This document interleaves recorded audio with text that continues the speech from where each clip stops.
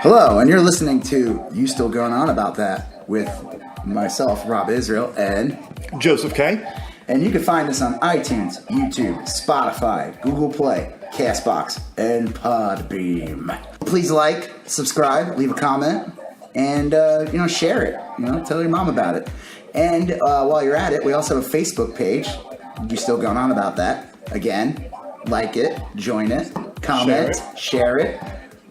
And thank you and enjoy.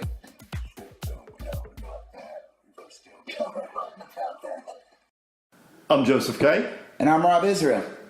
And we're still going on about that. All right. So, this week's episode, because again, 2019, we talked about all these other movies leading into it, and we're like, there's a lot of anniversaries this year.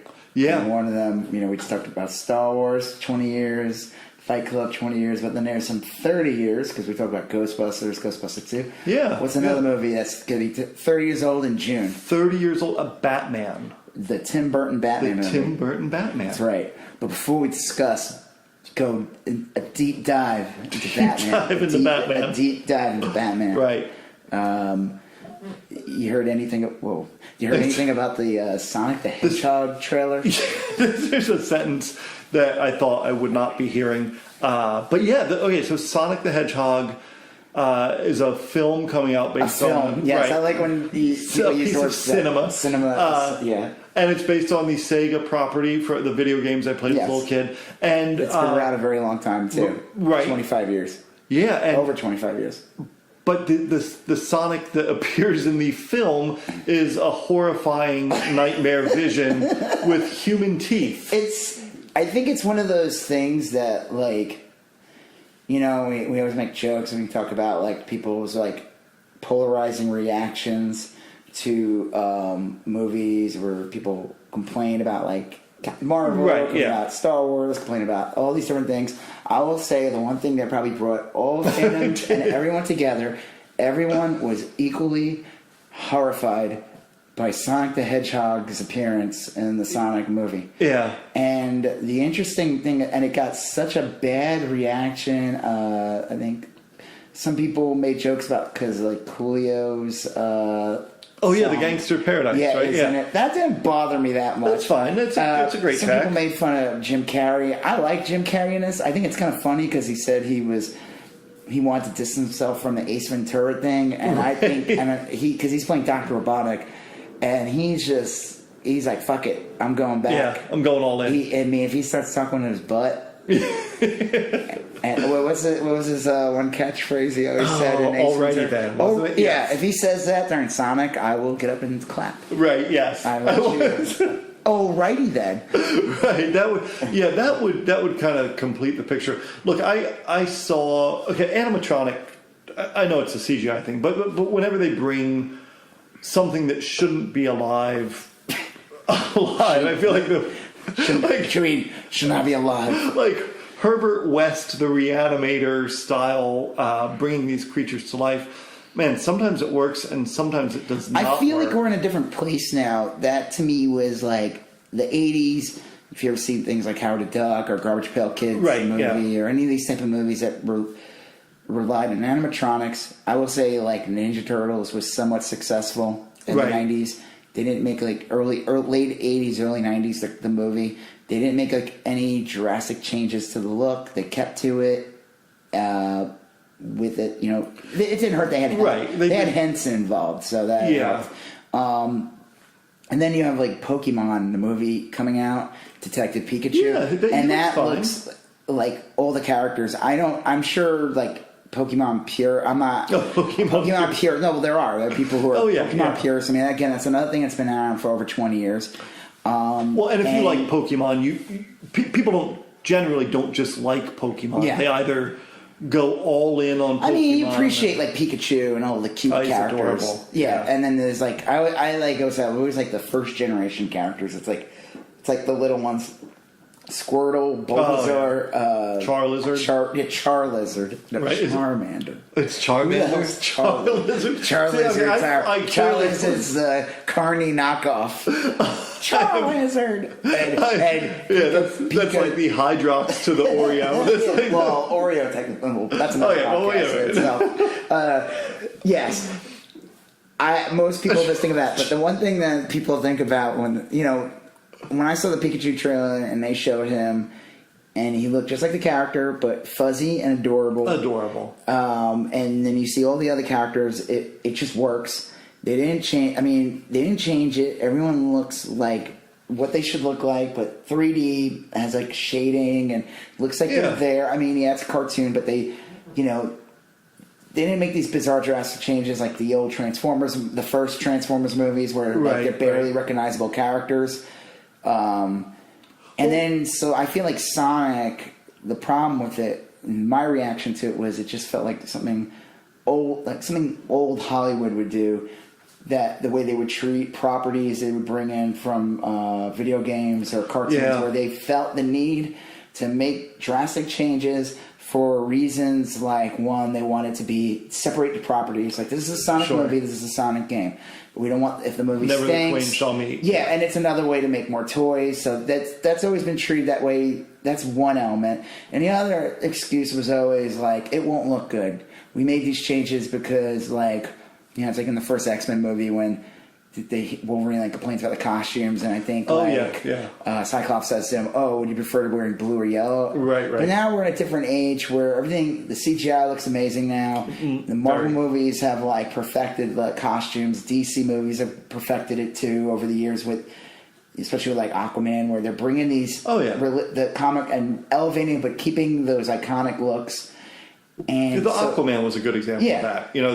Towards the end. Yeah, when he's wearing the original costume, but it's elevated. Right. I mean, it's not the original Talks of Fish. No. Yeah. So when I saw the Sonic thing, it just looked like crap anyway. But it was just such a drastic change. So the crazy thing is that is it Tim Miller? I don't know the name. The director of the movie came out, sent a tweet saying thank you for the criticism, right? Because I would say criticism is a nice way to put it. That's a gentle assessment. Yeah, and he knew it too. The feedback. Yeah, he said we're going to go back and redesign them. Yeah, and I was like, that's kind of cool. It's interesting. Most studios usually don't do that, or they don't have the time to do it. But we live in an age now where everything's all these characters are CGI. Right. It's not like back in the day where they had to film it and it was crap, it's done, Well, there was a big debate on Twitter. I remember when that happened. And I loved the Sega properties. I was never a huge Sonic fan, although I played the game back in the day. But I remember thinking when I saw that argument on Twitter, I was like, I don't know if I love this. I don't know if I want this to be audience participation in the redesign. It can lead to it could go the wrong way. Right, because you had said earlier, what if the second draft comes out? Right, so every month they're going to release a new trailer, and it's going to get to the point where it's just going to be all the weird memes that are out there of Sonic, where that fans demand Sonic's pregnant. Right. You know what I'm talking about? You've told me about this. I haven't seen. I feel bad. No, you shouldn't feel bad. This is a weird rabbit hole of bizarre memes. Is it I don't understand where this meme started. Sonic became pregnant? Yeah, Sonic's either pregnant and Knuckles or Tails is the dad. Right. Or Amy's the dad. Well, what's the joke? I don't know. Someone at my old job told me about it. He showed me, and you could Google it if you. Right, you might end up on a list. Right. Yeah. You might end up on a weird list, so be careful. Yeah. You're gonna go through the special line at TSA. The Sonic pregnant line. Welcome aboard. You get on quicker. It's crazy. They're like, hey, they get treated better. Of rubber gloves. And then I don't know if you're familiar with that Ugandan Knuckles. Oh no. You know the way. Yeah, that's another meme. Is that? There's some horrible things These with that. memes seem of the dank variety. Yeah, they're super dank. Well, the Ugandan Knuckles is definitely dank. The Sonic pregnant is. Right. I don't know if you've heard of Deviant Art. Oh yeah, yeah. Okay, that's like absolutely. pre-social media. It's mostly like furry porn, right? Oh, is it like? well, there's a lot of, and that's the other one like too. 70% furry and that's porn. the other problem with Sonic too is that Oh yeah, there is like a furry fetish with Sonic. Oh, because that's he something. kind of Yeah. his eyes and everything look like the furry characters you see at, unfortunately, like conventions or whatever. Sure. Yeah. Or in your personal life, I'm not sure what you're into. Well, it's not that. Okay, good to know. All right, so and if so, no, there's nothing wrong with that. Look, No, there's nothing wrong with that. You gotta. That's the Seinfeld reference. No, look. When, you know that episode where they talk about furries on Oh Seinfeld? yeah, right. Yeah, no. Jerry. I'm a furry, Jerry. You find your joy wherever you find it. God bless you. Yeah, so I don't know where the pregnant Sonic reference came from. I don't know the origin. I'm sure you could do like a Google search or go to like Know Your Meme is a good one. Oh yeah, that's a good resource. I don't know. It's about someone could have just drew it as a joke, right? And then it gets taken by 5 other people, and then it gets mimicked and copied. I don't know why. I mean, there's all these like strange little videos. I don't know if you're familiar with like a video that was going around on the internet on YouTube. Like YouTube had to like pull it down. It was like sneaking on like kids programming, where like Elsa from Frozen is. Oh, I did hear about this. Yeah, and like Spider-Man. And there's like weird abuse, right. like Elvis is getting choked. Yeah, and like. I do because my daughter was a big fan of like Elsa videos, but a few years back. You were like, "What the hell?" Well, I heard about this and I was like, "Geez, I should probably, So, yeah, we gotta have to be careful about the Sonic redesign thing because it might end up with pregnant Sonic being choked by Knuckles. That might, and honestly, if that's the end product, maybe that might be the best movie ever made. Well, look, the Sonic I saw, and then Jim Carrey would be like, "Alrighty then." Well, it looked like if they had taken Poochie, and combined it with the angry orange from the YouTube videos. Oh yeah, the teeth, right? The angry orange, yeah. And that was, and then they dumped blue dye on it. And Poochie. It was the Poochification. Just in case Sonic. you guys are, it's an episode of Simpsons with a character called Poochie, and it was an attempt to revitalize and freshen up Itchy and Scratchy. And Homer Simpson got to do the voice of Poochie. It's a great episode. Yeah, it was really. I return to that well often because, everyone has a great reference point. And I mean, that's the episode too where Homer does a convention with the voice of Itchy and Scratchy, and they have to get questions from nerds who are like. In the Itchy and Scratchy Dungeons and Dragons game, when Itchy plays Scratchy's bones and xylophone. He hits the wrong note or something. Again, he clearly hits the A key when it should. But that's what Sonic reminded me of. There's definite angry orange in there. It just looked. It didn't look finished to begin with, and I know people saying this has never been done before, but studios have released. Oh, they do trailers, test screenings all the time. Well, not even tests. They will refine characters. I don't know if you're familiar with King Kong from 2005, the Peter Jackson King Kong. Yep. They revitalized. I don't even know if the audience even complained, but they went in and fixed him up from what he looked like in the trailer. I would just imagine if I was an animator for this movie. Oh. And we were being told. Now, I don't know how CGI works, and I've worked on it. I know that it's a model. The problem is the rendering part. That's the hardest part. It's all done through animatics. Sure. And I don't know if they have to, go in and make a model first. And, hey, anyone who's listening to this that's a 3D modeler, feel free to leave a comment. Yeah, chime in. I'd love tell that. us how dumb we are. We'll Skype you in next time. I have a lot of questions about this. Yes, please. We can talk about, somehow it'll end up about pregnant Sonic. Well, yeah, I mean, there's probably that's where all roads lead. Yeah, there's probably an embedded code in there that Sonic. Once it activates. Well, what's funny is if they do make him look like the original version, he does have a fat tummy. Yeah, he's adorable. The original Sonic's cute. Yeah, and he has a fat tummy, so that might please those pregnant Sonic people out there. Yeah. So everyone wins. Everyone wins. Everyone wins. Somebody what was funny is the fans actually went in and took the movie a still and revitalized it, made the eyes correct, the face, and they kept the color. They didn't change the colors because the colors are even different. there's like no yellow. Yes. It's like, it's weird. I don't know. Yeah, it doesn't look good. Do you remember Pumpkinhead with like Lars Henriksen? Yes. Lance Henriksen. Lance Yeah, Henriksen. not Lars Henriksen. I'm thinking of Lars von Trier. I was thinking of Lars from Metallica. Lars Ulrich. He kind of looks Pumpkinheadish, like the creature from Pumpkinhead. I mean, I guess that's a weird. Yeah, that's a frightening. It's angular. Yeah, it just didn't look good. He had like a human body, like it was, right. like a puny human body too. Like it was weird. Right. Yeah. Well, look. And the problem is, I think if this movie, it would have been panned, but with Pikachu coming out, it was an unfavorable comparison. And that looking perfect, or 99% correct. This just there's no excuse for this anymore. Make the stuff look like the way people like. It's like the argument always is like, when people say things like fan service and there's ways of doing fan service. It's like, there's good ways and there's bad ways. And there's bad ways where you just shove it in, but you're not really following it. You just have like some fight scenes, or you do like like a catchphrase or something. Yeah, you throw in something. It's not earned. It's not earned. But if you do it right from the get go, and it just looks right. It's like, I don't know if you saw Bumblebee. I didn't. The best.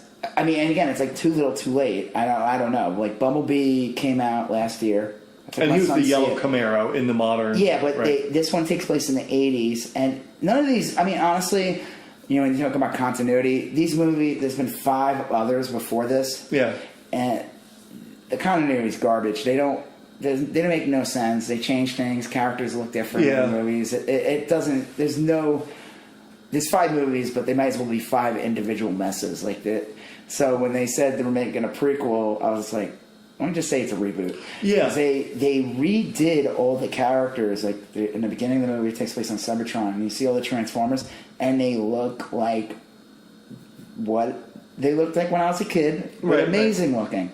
Yeah. But the core essence of the characters are there. And I'm like, why couldn't they just done this at the beginning? Yeah. It was CGI to begin with. So, why couldn't they just make Optimus look like Optimus? Right. Make him look... I mean, I know they want to do modern cars.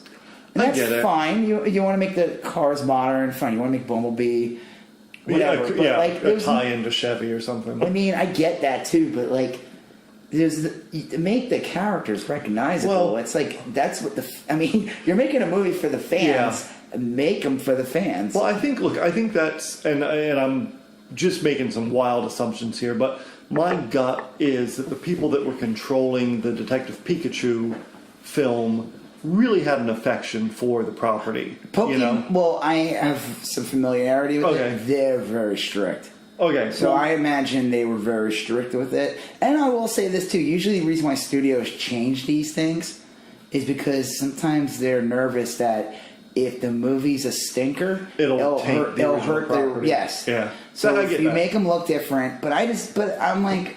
I get that, and and also with Transformers, there's an excuse to make a whole new toy line. It's like if you make them look different, then now it gives an excuse to go buy that version of Optimus versus that version. And look, the Transformers, people have a lot of affection for that property. They go back, they remember their childhood.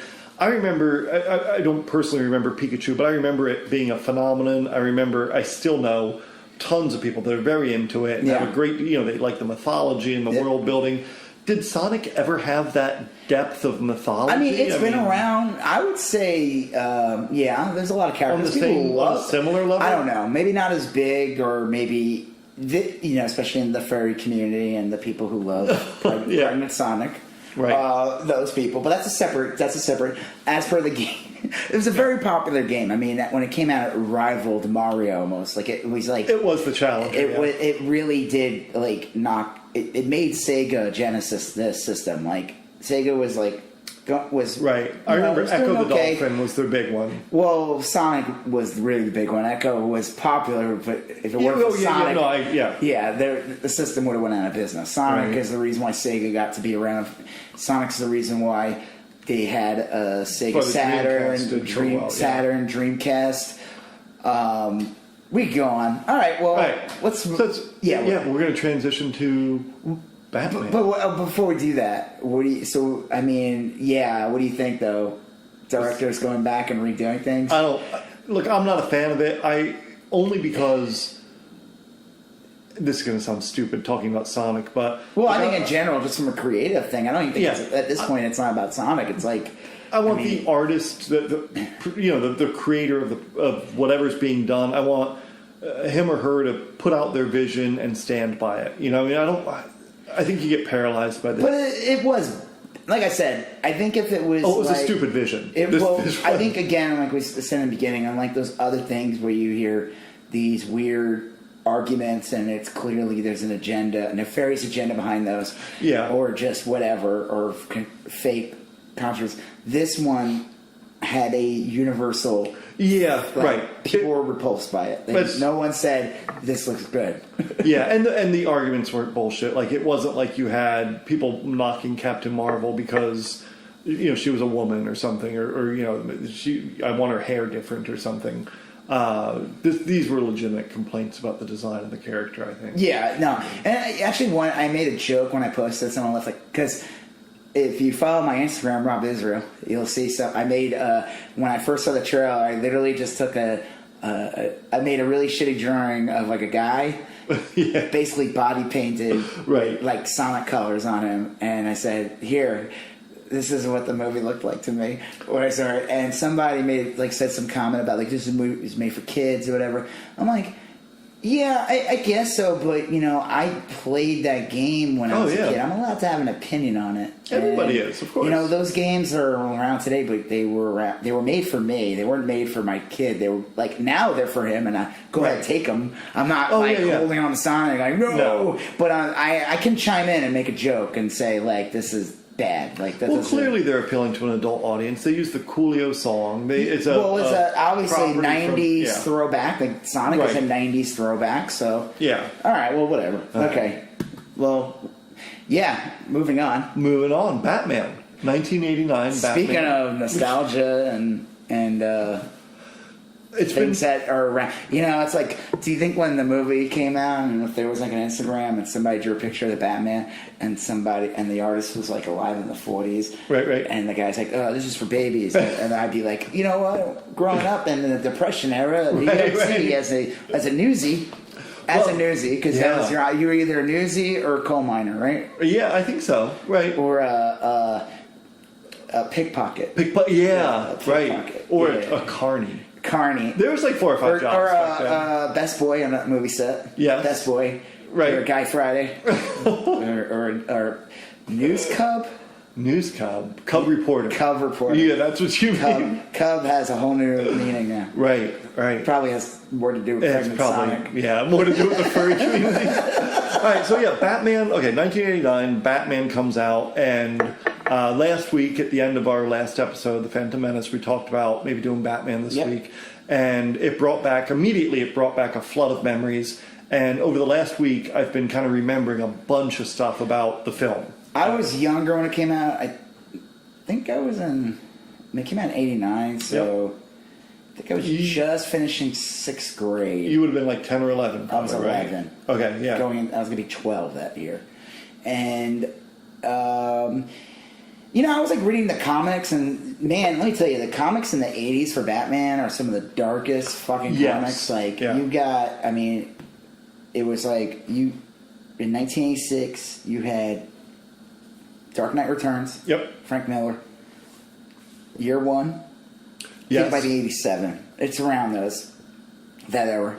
And then you had the Killing Joke. The Killing Joke, right. It's more he paralyzes Batgirl. Yes. And then you also have 1988 is when they did a storyline called Death in the Family. Oh, and yeah. And do you remember what they did where you could call in? They had I don't remember this. Oh, speaking of fan participation. Oh, jeez. You're talking about there was a hotline you could call. Does Robin live or Robin die? Oh, wow. And no one liked this Robin. Jason Todd. So Dick Grayson's the original Robin. Yes. And he went to become Nightwing and Teen Titans. So they graduated, and Batman got a new sidekick. And I always kind of found it weird that they didn't give him a new costume. He still wore Batman, at least can you wash these before you give them to me? Get in there, Jason. Wear those. The story was I guess Batman needed a new sidekick, and like Jason Todd was like a kind of a shitty kid who was stealing Batman's tires. Off the Batmobile, which is pretty ballsy for a kid. Like, you think of all the tires you're going to take from the Batmobile would be one. I mean, I guess that would be a good fit. Like, where are you going to... I don't know. Well, this isn't like the crazy movie Batmobiles. Like, in the comic, it still was like a car, you know, look crazy, but not like as the movies get on, they just get crazier. The Batmobile in the first one is amazing looking. Oh, yeah. And the second one, they don't change it too much. They just do a cool thing where, like, the middle part shoots out like a bullet. Right. So he becomes the new Robin, Jason Todd, and he's got like an attitude problem. Yeah. He's kind of like a punk. And eventually, you find out, like, I don't know, there's some stories, I forgot what it was, but the Joker ends up killing... I think... See, this is where I'm confused. They've done, like, storylines in the past, and I know Two-Face is connected to the Robin story. Okay, yeah. I think Two-Face is connected to Jason Todd's story. I think he might have killed his mom. I don't know. Regardless, Joker ends up being the one that kills Jason Todd. Yes. And it's a crazy story. All of a sudden, after he kills Jason Todd, like, Joker ends up becoming the ambassador to Iran. Oh, man. I don't remember any of this. It's super weird. The last part. I remember getting the 4-part, like I bought the trade of it, like a 4-part. Yeah. And I just remember that last issue. I was like, I found it so odd. I was like, what the hell happened here? Yeah, like, why would you let... I don't know, whatever. Well, at this point in my life, I wasn't reading comic books or graphic novels or whatever you called them. I was towards the end of high school, beginning of college. Oh, banging chicks. Yeah, right. Well, I got a story about that, about technically about that. I'll tell you, I'm going to jump right to this part. Joseph's wife. The last thing I remembered as this flood of memories is I went to go see Batman opening night in the theaters with a friend of mine, and I was dating this girl. I'd been dating her for a long time. Okay. And I said, "Hey, you mind if me and my buddy go Rizzo? see?" Well, I'm not gonna. I don't want to mention any names here, but do you mind if me and my buddy go see Boner for Growing Pains? His name is Boner. You mind if me and Boner go and watch Batman? And she says, "No, go have a good time." And I saw Batman, and I drove home from seeing Batman, and I saw her car in the parking lot with another guy, and she had cheated on me that night, the opening night of Batman. I know, that's funny. It's not. But what movie did they go see? They said, Gremlins 2? Right. No. But like Ghostbusters? I'd forgotten all about that. It was such like a big deal in my life at the time, and now it's like just sort of kind of this humorous little footnote of that evening. But anyway. you got to see a great movie, and then you come home and you're like, and I was like really sad. Like, go see Batman with your friend, Cockroach, go see Boner. your comic book movie. Yeah, I'll be like, movie, you fucking jerk. I want to go see Ghost or whatever came out in 1989 around that time. I don't think. No, Ghost I think is 90. Yeah, but anyway, so that happened. Yeah. You know. But yeah, Batman, when it came out, I was and you're still going on about that. Yeah, I'm still... Well, look, we all made some good decisions. It worked out fine for everyone. But, like, I remember when Batman came out, I was super excited to see it. I hadn't been reading the comic books. It was only years later that I went back and read all the comic books that had come out. So my only experience with Batman really was as a very little kid. I read some Batman comics. And they were pretty violent. The last one I remember reading as a child, when we moved down from Jersey to Florida, was Batman stabbed the Joker. Stabbed him in the heart, and they thought the Joker was dead. What's the story? Look, I only have the vaguest recollection of it. I tried to Google it. Do you know what year it came out? Well, it would have had to have been pre-74. I'll be honest with you, like, I know that... So, the Batman comic, like, late 30s, like, when it first comes out, he's more like... he supposedly had a gun. He was like a gangster, yeah. Well, he wasn't a gangster. He just was like a typical superhero vigilante, but he used a gun. Batman. Yeah, Batman. I thought you were talking about the Joker. No, Joker gets introduced like... Much later. Well, I think he's in Batman 1. The Joker? I think, Detective Comics... I'll have to look it up. Yeah, it doesn't matter. Regardless, those comics back then, it's funny about when people talk about, like, continuity. Like... Jimmy, like when you talk about like Superman, like Jimmy Olsen, Perry White, and all those characters, they don't appear until they do the radio series or the TV show. Like, people think those characters are there from the beginning. They're not products of the original media? No. They were added in because of, like, radio or something. Oh, that's radio funny. serial. And the same thing, like, Alfred's not... Batman doesn't have an Alfred until way later. And his first Alfred's like a fat, portly little man, like bald man, almost like a comic relief character. So it's just funny how people have these, like... It isn't really till, like... It's like... Maybe in the so every 10 years or something, they would do like an origin, and they would like to kind of modernize the character. And I remember like the first big one was when they first introduced like Joe Chill, like killed Batman. Right, he killed his parents. And then they've kind of chilled on that, and now it's weird. Like they go back and forth. Like it's either you don't know who killed Batman's parents, and that's good because it's just like an unknown criminal. Yes, it's the city itself. Yeah, the city itself. Right, it's crime. It's the human. But when you add a guy Chill, it's like okay, well you got Chill, move on, dude. I don't know. You got the Justice or something. I like it more that. It's in the Batman Begins, they used the Joe Chill. Because I don't know if you remember when they had the court case and Joe Chill's is up for parole. Yeah, and you see a young Bruce Wayne he's gonna kill him outside with a gun, but he decides not to. Right. Well, and in the 1989 Batman, it was Jack. So let's get into that later. So I'm waiting for Batman to come out. Spoilers. I'm dying to see it. Oh, you're gonna spoil Batman, guys. Oh yeah.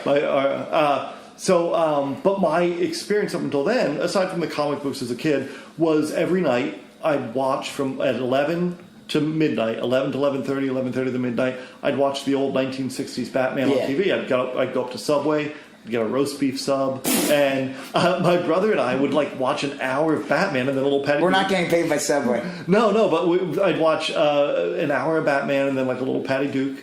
And that would be my evening. Yeah, they're cousins. Identical cousins. Spoiler alert. Two of a kind. They're cousins. They're not twins. They're cousins. The spoilers. The dads are twins. Oh, Patty Duke's dad. Oh. That's why they look alike.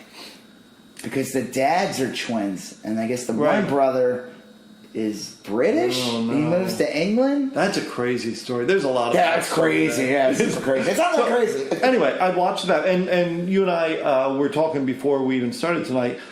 That was it was a campy, so kitschy but fun. The TV show, it was a good Batman. There's some love to it, but it's also hated in some ways too. Yeah, and the one thing that DC and Warner Brothers, when they were making a new Batman, when they announced they're going to work on a Batman movie, and I'm sure this is one of those things that when the movie came out in '89, they probably were working on this movie for who knows how the hell long. It could have been 20 years for all we know. I mean, it probably was right after Superman was made, they were all right, we're going to start working on Batman. I'll bet you they were developing it for quite some time. I don't know, I'm sure you can Google it or look up the backstory before, what was developed before Tim Burton got involved. Michael Keaton was involved. But the whole agenda was, because I was saying, I'm talking to you about how dark those comics were that I was reading when I was a kid, but the Universal, it didn't matter what it was, for some reason everybody, if you brought up Batman back then, if you asked them what it was, they would think of the Adam West Batman series, which is crazy because it was just only on for 2 years. Yeah, but it was a big pop. Yeah, it was only on for I don't think, there was a Batman movie. So the funniest thing about the Batman, I didn't even know it was a movie. This was back in the day where they would just release the pilot in a theater. Right. Greatest American Hero pilot was released in a theater. Yeah, Battlestar Galactica was in the theater. It was a TV show. It just shows you how much crap they would put in the theater. Yeah. They're they throw had it in the theater. No respect for us. Throw it in a theater. Who cares? They got that of space in there. Right. The guy's flying on a string. I watched 2 mid-season episodes of 8 is Enough in the theater. And it was, no, I'm just kidding. 8 is Enough. Dick Van Patten. Those were the dirty episodes. They couldn't put those on TV. Dick Van Patten. Oddly enough, there's a lot of Mel Brooks movies. And I remember buying some dog food with his face on it.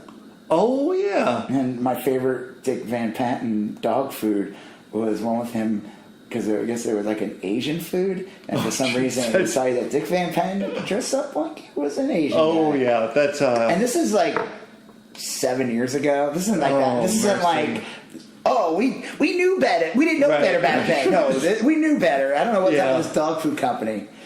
Regardless, anyway, yes, right. Godspeed. So yeah, I don't know where that came from. Okay, so the universal consensus was Batman is not the TV show. We need to. Yeah. We want people to see this Batman. They made sure the costume was like black. Right. They got, and the one big, and what's funny is I remember people would bring this up. Do you remember when they announced Ben Affleck was going to be Batman and Batman was Superman, and people lost their. Oh yeah.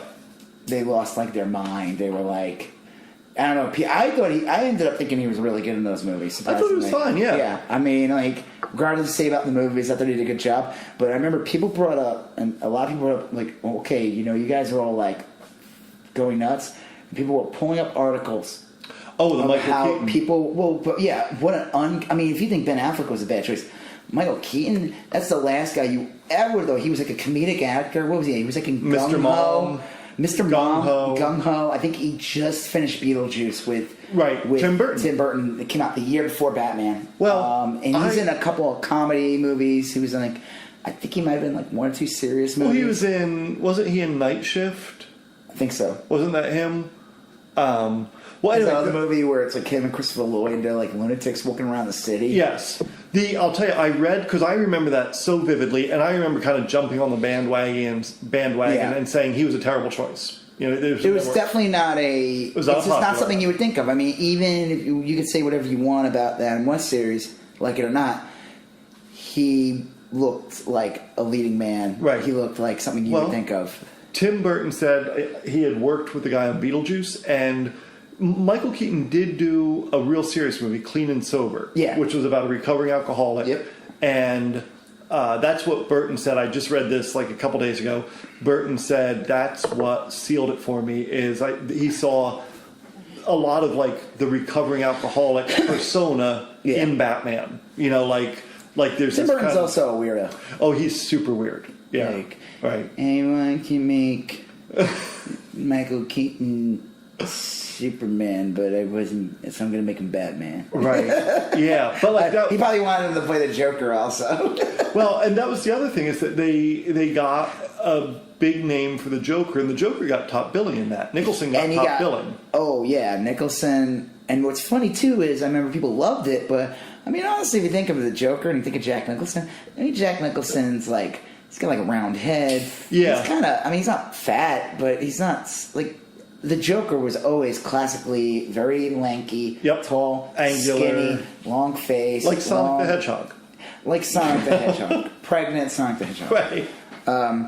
But Jack Nicholson, like, he does have that smile. Yep. And he can play crazy. We've seen sounds about Shining and all these other movies. Yep. They one flew over Cuckoo's Nest. Yeah. I mean, it's great casting. But from a visual standpoint, he doesn't look like the Joker. No. I don't think he makes a good, from a visual standpoint. Like, I always thought it was kind of funny. Everyone, I mean, I don't like the stylish choices, but I almost felt like Jared Leto looked almost more like, or could have looked more like a Joker from the comic. And if they didn't do all those weird if he didn't look like the LA gangster cholo look or whatever they were going for. I know I'm in the minority here, but I didn't mind Jared Leto's Joker at all. I kind of like. I mean, he's not even in the movie, so it doesn't even matter. I always said that, like it's like he's literally just an extended cameo, so it's not even fair to say that. Well, all of the characters in that movie are extended cameos, except for Harley Quinn. And Will Smith. Well, okay, so I liked, so when they brought in Nicholson, at that point, my experience with the Joker was basically Cesar Romero. You know, that was kind with the paint over the mustache. You could see his mustache under the white paint. Right, it was just hysterical that he would not shave it off, and they didn't even care. They're like, well, and Burgess Meredith was the Penguin. Yeah, I mean, this Joker, the TV show, was just a goofball. I mean, the Joker in the comics was pure psycho. Oh yeah, like just the worst kind of. Killing Joke was a mature reader's graphic novel. Alan Moore wrote it. Came out in '86. the Joker's fight with Batman in The Dark Knight Returns with Frank Miller. Yeah. Again, psychotic and like, I mean, yes, he was not. He was considered like he kills people like no mercy capriciously. whatsoever. Without And so it was. I liked it. So I thought it was good casting. Just saying, like, you know, if everyone was going to complain about Michael Keaton visually, I would have probably complained about Jack Nicholson too. Well, I think Jack Nicholson was such a big name, and he I think was. it lent credibility he was to the a film. massive actor at that point. I mean, he was. Yeah, he had years behind him of like. Yeah, he was a respected artist. Tim Burton was pretty well respected. I mean, so he did Pee-wee's Big Adventure. Classic. But it is. It's really good. I love really Pee-wee's good. Big Adventure. And obviously, you know, I mean, did you see Big Top Pee-wee? I did. That was crap. And it was not Tim Burton. You know, you could totally tell. It's like there was an artist made Big Top Pee-wee. I'm not big. No, not a fartist made Big Top Pee-wee. An artist made Pee-wee's Big Adventure. Yes. A shardist made Big Top Pee-wee. Yeah, Big Top Pee-wee was just a cash grab. Like almost every scene in Pee-wee's Big Adventure was amazing. Back to the Beach though, when Pee-wee showed up and he sang "Bird Is the Word." Oh, they had him on. Did you ever see Back to the Beach? Annette Funicello and and Frankie Valli. And it's just like a smorgasbord of like 60s. I remember this. Even like the guy who played Gilligan. Oh yeah, not Bob Denver. Was it Bob Denver? I think his name was Bob Denver also. Yeah. Bobo Denver? I don't know. Let's call him Gilligan. Sure, Gilligan. Rest in peace. Right. Is he dead? Oh, he's super dead. He's been dead a long time. Yeah. I love that he was Major G. Krebs, though.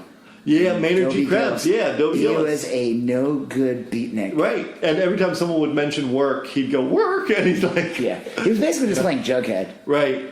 I'll tell you, that was on after Patty Duke. No lie. Yeah, it was. I watched probably the same Nick at Night you did. Yeah. And I watched that. Yeah. So... So Pee-wee shows up for one scene. And I remember it was like 1987, summer of '87. There's some great movies. RoboCop comes out that year. Jaws 4, classic Summer film. School, probably. Summer School, I love Summer School. Yeah, that's a great one. Yeah, that's an amazing movie. No joke. Yeah, no, I'm not kidding. I love that movie. Love that movie. Yeah. You know what's so funny? I think his name's Dean Cameron. He plays him. He plays. Do you remember the two guys who were like the horror? Yeah, the chainsaw. Yeah, and Dean Cameron. He's in it. He's famous for being in like those ski school movies. And he's just like a guy you would have saw in the '80s. And I remember he was in the not Arrested Development, Always Sunny episode. Oh yeah, a couple years ago. It was one of the best episodes where they go to a ski resort and Dean Cameron's playing much older. Sure, but it's like he's playing like the character from Ski School, but he's like a sex offender in the end. It's awesome. Funny story. Yeah. Recently, I follow some accounts that make bootleg toys. Like they're like funny, ironic. Okay. Like it's like carded up toys. Is this one of the guys that did your? It's a different guy, but not the Trash Man one. Right. Dane DeVito. Someone made a Dean Cameron. Somebody made a figure of him, and I left a comment said. Well, I thought I wrote most underrated 80s movie actor. Loved this Always Sunny episode. I then left another comment saying meant to say most because I accidentally wrote Lost underrated, and he actually wrote back and said, at Rob Israel, Lost works too. Yeah. With a little smiley face. And I was kind of taken back by that, realizing that's how social media works. You can interact with people that you didn't think you ever would. It's crazy. That's a beautiful thing about social media sometimes. Sometimes. Yeah, sometimes. Yes, that's one of them. Right. Everything else is a hard fest, a sewer of racism and evil, horrible pregnant zombies. It's 1% beautiful, 99% a wretched hive of scum and villainy. All pregnant zombies. Yeah, Twitter is essentially Mos Eisley. But nowhere near as cool. Right, yeah. No cool aliens. No. Okay, so we're talking about those movies. Yes. And What the hell were we talking about? 87 though. Yeah, because we were talking about the build up to Batman. Batman and Michael Keaton. He doesn't fit as the Well, what else did Tim Burton do at the time? So he did Beetlejuice. He did. Big Top. No, he did Big Adventure. He did Beetlejuice. I don't think he did anything else before that. Jeez. I know he did like Frankenweenie, but that was just Frankenweenie did later. That was like a short he did that kind of got him like into everything.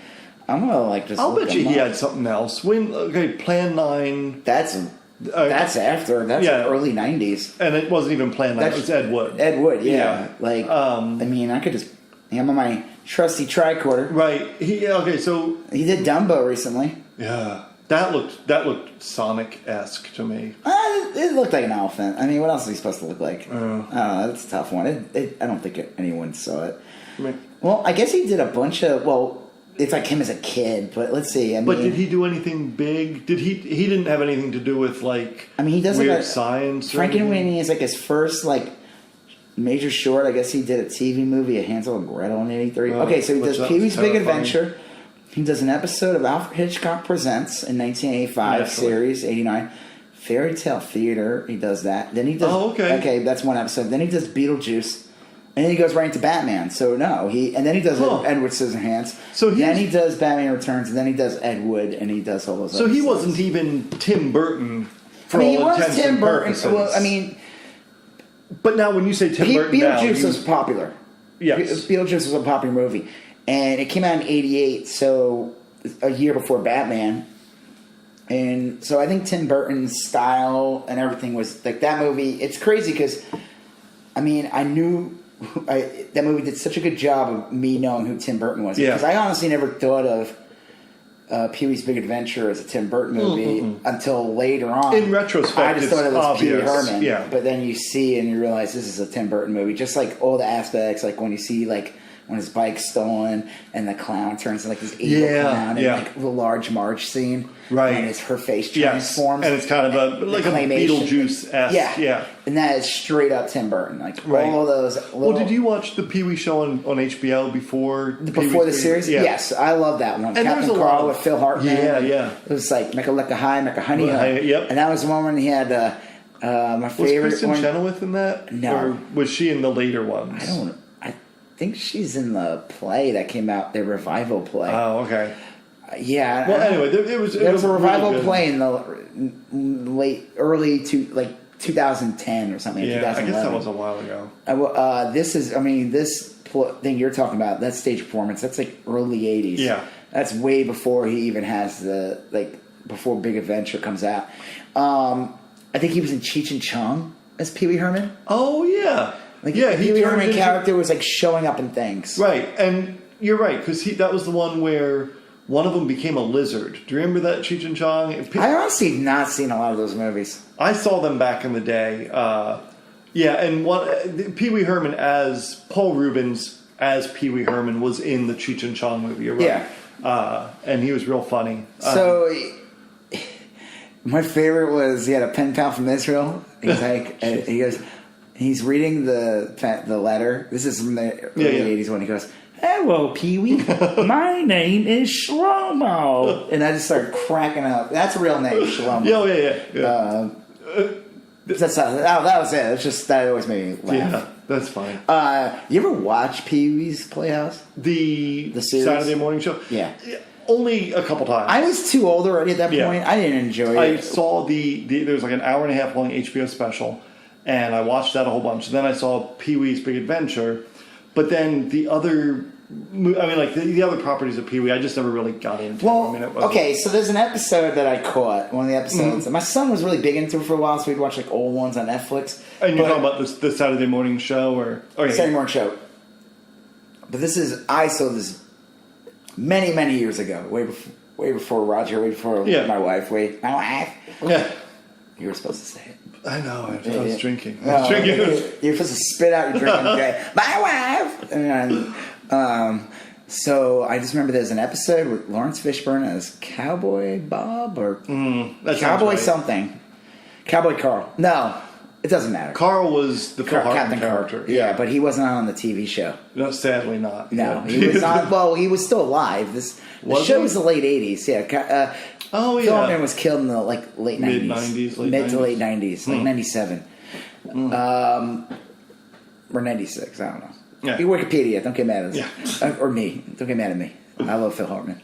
He was a treasure. Yeah, Lawrence Fishburne was.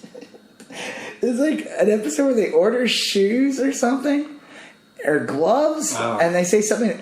And like one of them says, "You know what they say about big gloves?" And then Jambi the camera just goes to Jambi and he just winks at the screen. And I was like, "What the fuck is wrong with this show?" I'm like, "My God!" It's like, but again, it's like the same thing. And then what was the famous thing with Pee Wee Herman? What was Pee Wee most famous for in the early 90s? Oh yeah, well I was living in Fort Myers, Florida. Did that happen in Florida? It happened an hour north of us in Sarasota, Florida. What the hell was he doing out there? Look. I guess he had his great adventure in Sarasota. Florida. Well, couple things. Sarasota's a beautiful, kind of wealthy-ish area, and you could totally see why like a person would go, a Hollywood person would go there. Yeah. Great porno theaters. They have. It's weird because Sarasota proper doesn't really, but like on US 41. I'm kidding. I have no idea. They have the old spank and wank or whatever. come and go. Well, I'll tell you, I remember the come and go. These are all jizz jokes. Well, I remember. Look, because I still read the newspaper back then, and Pee Wee's mugshot did not look like Pee Wee at all. Okay, so it was the hair. most fucked up thing was because I guess Pee Wee's still being played, right? And I didn't even know that technically it was canceled, and they haven't filmed an episode in like 2 years, Sure, or just ended. I mean, some of these kids shows especially back in the day, they would do like 55 episode seasons, and sometimes there was just one season. I mean, 55 episodes is a lot. Oh yeah, I mean that's a lot of episodes, but back in the day, so you'd watch that. That's a lot of content. So some people would think that like these shows were on forever, and it's like no, they were just repeating the same fucking thing. So I don't know how many seasons they did, but regardless, it was still being syndicated, and kids were watching it, and the picture of the Pee Wee in that trailer was a weird, kind of receding hairline man. Very long, creepy hair. He looked like Bob from Twin Peaks. Yeah, that's 100%. Yeah, it was Bob from Twin. Maybe Bob from Killer Twin Bob. Peaks. Maybe Bob possessed him. Right. That actually makes a lot of sense. It was a come and go, whatever the hell they called it. Well, yeah, it was devastating. All the popcorn buckets had holes in them. Oh, jeez. Well, he got. There was a little practical joke we were playing on them. Like, haha, you thought you were getting popcorn, but. Yeah, we got you. So we got busted for masturbating in the theater. And ew, I remember, that's gross. And his moniker at the time was Pee Wee, and so the jokes wrote themselves, and that was tough. There's the guy in the theater. Well, they all do that. That was the problem. Like, how did they know that was him? Everybody in the theater was going. I think they arrested everyone, and then they're like, "What's your name?" And he's like, "Paul Rubens" or whatever, and they're like, "Oh, well, I'm up." Yeah.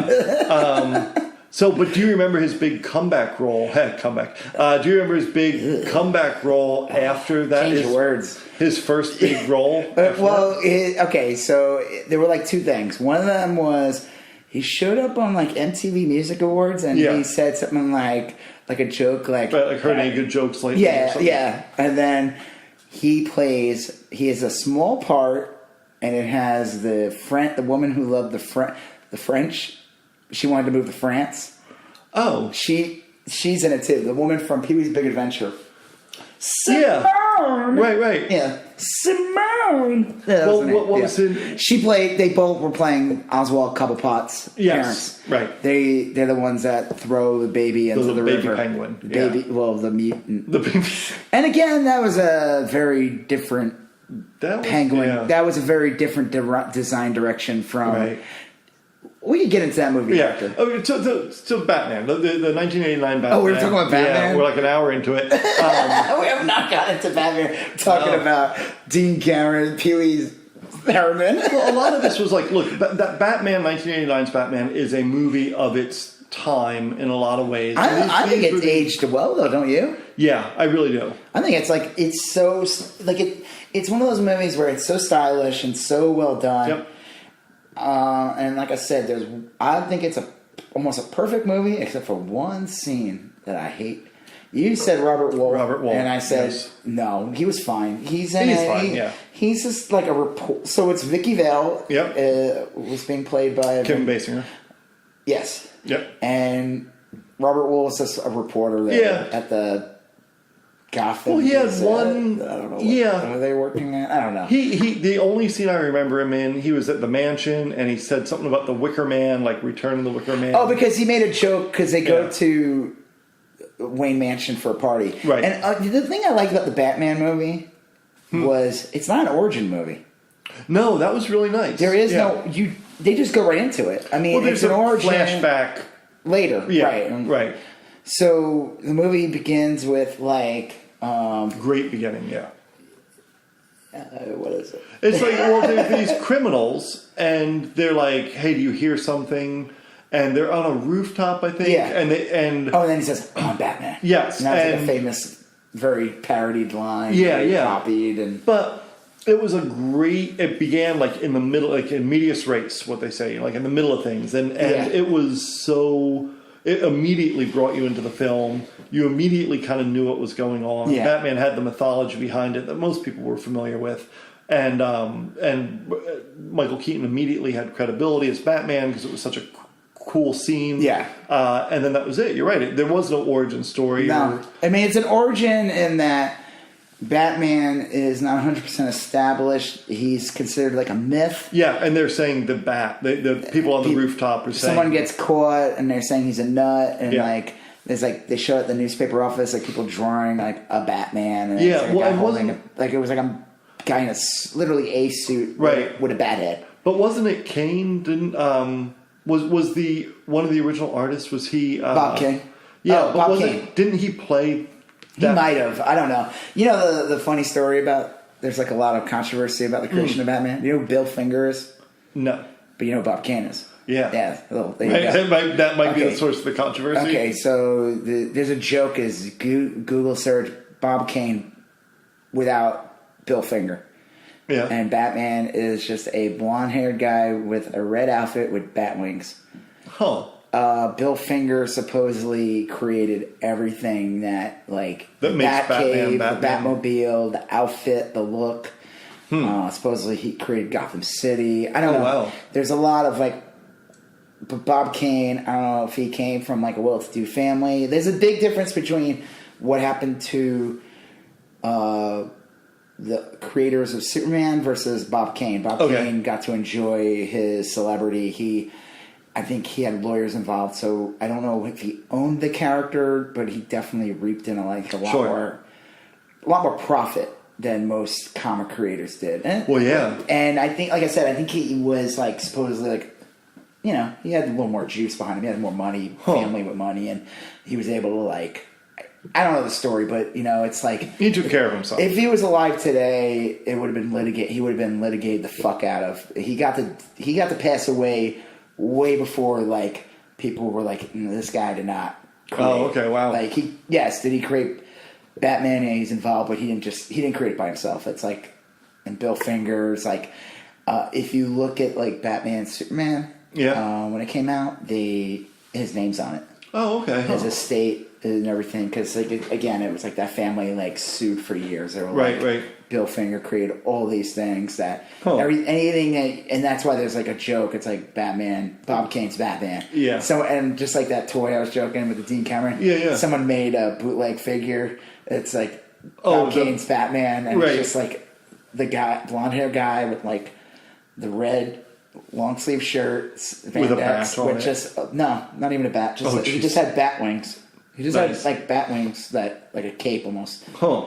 And so I remember that when Batman came out, he was all over it. Bob Kane. I remember that he was interviewed, and he was I used to always get the WB catalog. Oh, okay. WB I don't know how much stuff would be. My mom. Sure. I don't know why my mom would get these catalogs, but they were fun to look at. Oh, yeah, all kinds of crazy collectibles and weird shit that like goes for insane money, like chess sets that are like $500 with like figurines like pewter and like right. And they would show like Bob Kane and he's wearing like this awesome jacket. Do you remember like the licensing bonanza though with Batman? Do you remember how many people were wearing I remember there were so many T-shirts back then about Batman. This was, like I said, I was probably 1989. I was probably just out of high school, and a lot of my friends had started getting tattoos, and the Batman, the bat symbol, insignia was a huge tattoo. And I must have had, I'm not exaggerating here, I must have had probably 5 friends that got Batman tattoos. Do you remember? I remember a kickboxer. This is back in the day. A kickboxer or and it was like a lightweight or a kickboxer or something. It was on TV, and he shaved into his head on both sides bat symbols. Sure. But funny thing about that Batman logo, because I worked on like licensing. That bat symbol to this day I think was established for the movie. Okay. But here's the funny part: the Batman in that movie does not wear that symbol. Oh, okay. It's like, you know, we make jokes about how Sonic, like, they're going to redesign him. Well, this is like, this would be something that, like, if the movie was made today, they would go back and they would just alter, and you wouldn't even know that they altered. They couldn't do shit like that back then. Right. If you look carefully, the Bat Shield looks nothing like the marketing. The poster with the oval, perfect bat. And there was T-shirts everywhere, hats, and it would show up. And to this day, they still use this emblem. To this day, I've used it millions of times.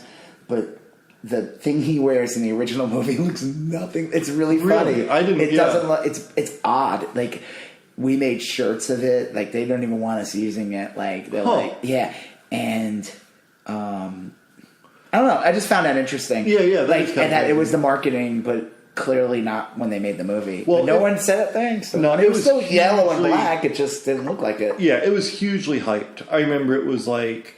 well, it's like episode 1 in a way. It comes out 10 years for episode 1. Mm-hmm. And it was freaking... That's all they were talking about. I mean, I was looking forward to see that movie so bad. I went opening night. I remember it was packed. You know, a lot of people were there. It was kind of, it was in Fort Myers, Florida. It was like a deadbeat little town, but it was like an event. Right next to the Wee Herman Theater? Yeah, right. This is about an hour south of there. And it's do they do tours there?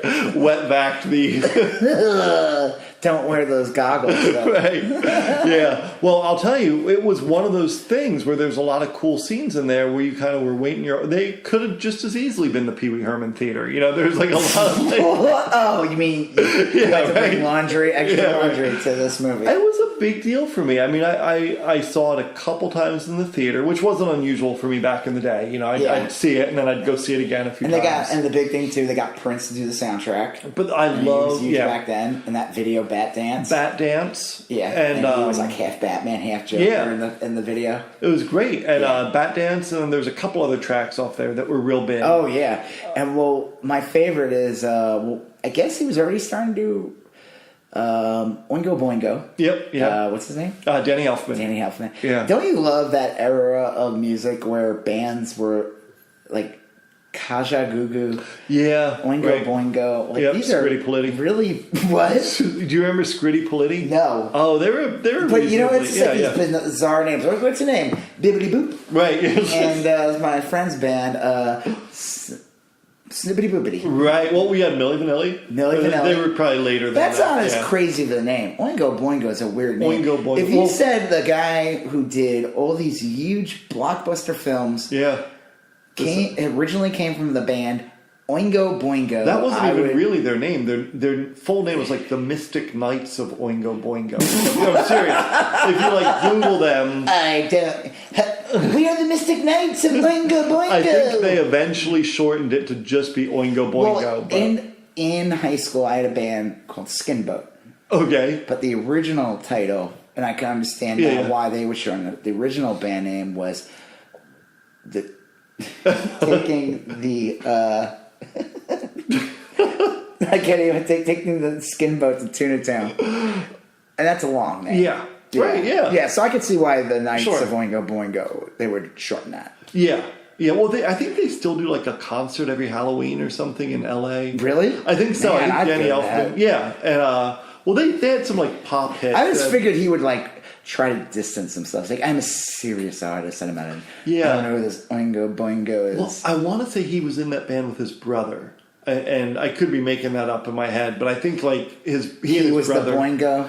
One of them was Oingo and one of them was Boingo. But like, yeah, I think that I want to say they still do Hollywood or LA area shows on Halloween. He definitely like. Oh, he's made a career. He's done like almost all the Tim Burton movies. He did the Spider-Man movies. Yep. Yeah. The Sam Raimi ones. There's a list of them. He's one of the few composers where like John Williams, and there's a few where like a casual layperson would be like, oh yes, I've heard of that name. Yeah. The movie was like, what other comic book movies were there at this time? You just had This was it. You had Superman 1 and 2, and they were considered okay. They were good. Yep. For at the time. Yeah, the Christopher Reeve Superman. Superman 3 was bad, and then Right. Superman 4 came out like 2 years before. Superman 4 was Quest for caca. Peace. I remember seeing that with my family. It was summer of '87. Okay. Great year for movies. Nice. Yep. Superman 4. And I remember seeing the movie, and my dad said to me, he goes, "This is a cheap movie." Yeah. And I was like, "What do you mean?" Because I was only like 9 or 10 at the time. But and when he explained it to me, I was like, "Oh yeah," because he just said it looked like low budget, like the other movies. They took the time. They really tried to figure out how to make Superman look like he could fly. Yeah, more This movie, cinematic. They used the same. It was Golden Globus. Are you familiar with Golden Globus? No. Oh man, there's an amazing documentary. They go by another name, but Golden Globus is like this Israeli guys that made a shit ton of movies. They like kind of like rush jobs. Were they? Oh, okay. They were like production considered group. shitty. Some of them were shitty movies. Some like they were famous for doing Breakin' 2, and then Breakin' 1.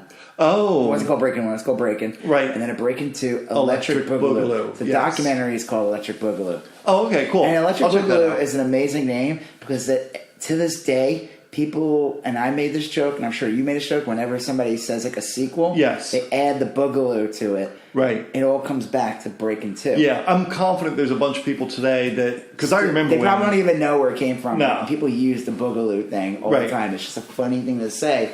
And you're like, you could just see these people walking around, like talking to each other, like, because they were famous for just making very rushed productions. Yeah. They were famous for like taking money from one movie, putting it to another movie. It'd be like Sharknado kind of stuff today, right? Like that Asylum. Kind of, maybe a little better. No, seriously. Yeah, the funny thing is, the documentary is definitely worth watching. They did make some big movies, actually. Yeah, okay. They were famous, I think. The tail end is, remember the Lambada movies? Yeah. Remember there was two of Forbidden them? Dance. Remember there were two of them that came out at the same time? Yeah, there was a competing... Right. That was his brother. They had like a falling out. Oh, no. That's... So they actually were like... Right. The band broke up, and that was like... And they each had a vision of making a Lambada and they both, movie. but they both like sucked. I think they both like killed each other. If they just used their powers combined. Yeah, that's always the way. Yeah. I'm sorry, I'm just going into that. And then Wee Herman's at the spank. Oh yeah. Yeah. So okay. So Batman was alone. No, we're talking about Batman. Batman was alone. Superman had come and gone. Now, did Supergirl come and go? Yes, that was part of that. Helen Mirren. No, Helen Mirren. It was Rosie O'Donnell. Yeah, no, Helen Hunt. No, it wasn't her either. But it was Helen something. It was Helen Back. Helen Back. I'm just gonna look this up because we're gonna like. Supergirl was played by I bet it's a woman named Helen. I could be wrong. So Superman had come out. The Supergirl movie, I think, had come out. Oh, that's weird. Who was it? Well, Peter O'Toole's in the movie. Really? Who is that? Helen Slater. She's from that amazing movie from the 80s, Billie Jean. Oh, yeah. I love that movie. The Legend of Billie Jean. Yeah. Right. My favorite line in that movie is the woman who plays Lisa from The Simpsons. She's been in several movies. Okay, yeah. And she's in that movie, and she just gets her period for the first time. Geez. And she's like, Billie Jane, I'm a woman now. And it's just, to this day, seeing this makes me crack up. I don't know why. And I watched it when I was a child. Yeah. So I've seen that movie so many fucking times. It was an HBO staple. Oh, yeah. That and like just one of the guys. Right. My Bodyguard. My was Body. a big one. Well, you know what? Yeah. I feel like that's earlier. I didn't see that one. I think that's like earlier 80s. My Bodyguard that's probably, staple. yeah. I'm more like the mid to late 80s. And I saw that one a billion times. 3 O'Clock High. You see that one? I saw that one. That's late 80s. It's a classic. Yeah, that's a great movie. Okay, so Batman came along, and this was one of the first modern superhero movies. It wasn't really anything played it straight. done like this. Yeah, this is probably literally this is the best comic book movie ever made. Yeah. It really is at that point. And for many years to come. Right. Like you said, it stacks up well against any of them. I feel like now it's definitely, I wouldn't say to a kid who just watched like Infinity War, hey, you know what movie you should go watch? Batman from 1989. Yeah. I would have to tell them this is a very different kind of movie. Right. It definitely does not flow like a movie now. No. It's different. The effects aren't there. It didn't need them. I love the craziness though. Like Gotham was bizarre. Like church tower that was like this 1,000-foot tall, useless building that was made like in the 12th century. It makes no sense. Like Gotham is like a it's like a medieval. It's like a combination of Gothic, medieval, architecture with like some Bauhaus inspired architecture, and it's like it's bizarre. It's like modern, but it's like permanently in the 30s. Yes, it was like a Dick Tracy-ish kind of thing. It's from the era. It looks like the era, but it's modern. Yeah, people are using modern things. Right, and the Batmobile was super cool. It was like it was crazy, but it wasn't insane. Like it was cool looking. It was stylized. You can imagine he retrofitted the real car into the Batmobile. Yeah, like that. Yeah, it wasn't like the Bat Pod where you're hovering. Or above, the new Bat. As the movies go on, like Batman 2, they don't really change the car too much. When Batman 3 comes and it's not Tim Burton anymore. Right. The Batmobiles start getting really weird. They start getting like these insane fins with like neon and. Well, you had brought up this point earlier that like it was kind of ironic that before Batman the 1989 one came out, we were kind of stuck with that campy. Right. Fun. We were like avoid that, and then Batman 2 comes out. Right. And Tim Burton you could definitely see stamp all over this one more. Yeah. Like if his stamp is on the first one, he's definitely being restrained. The second one, he introduced it's like the big deal. It's like it's going to be the Penguin and Catwoman. Yes. And Penguin is played by Danny DeVito, which at the time was like big name, great casting. But my God, that is not the Penguin. That is a weird little circus freak. Yeah. That is like it's just not. Well, remember the scenes where he's eating like raw fish, like just munching on a raw fish. Or what about when he's at the campaign office and the girls show up and he's like he puts a button on her and it's so creepy. He's like, "You're the kind of." You're like the voters I want, and she's just like, ugh. Right. The guy because the plot was he's running for mayor. I love it, and I always think of Trump with the mayor. I always make those correlations of like Trump and the Penguin. It's that's funny. It's like, and I drew a picture somewhere on my Instagram. You can find it of Trump as the Penguin from Batman. Like, when was that? I made this like last year. Oh yeah, I don't remember seeing I'll have that. to show it to you. Yeah. It's on my Instagram feed, guys. You can go dig back a year or two. You'll find it.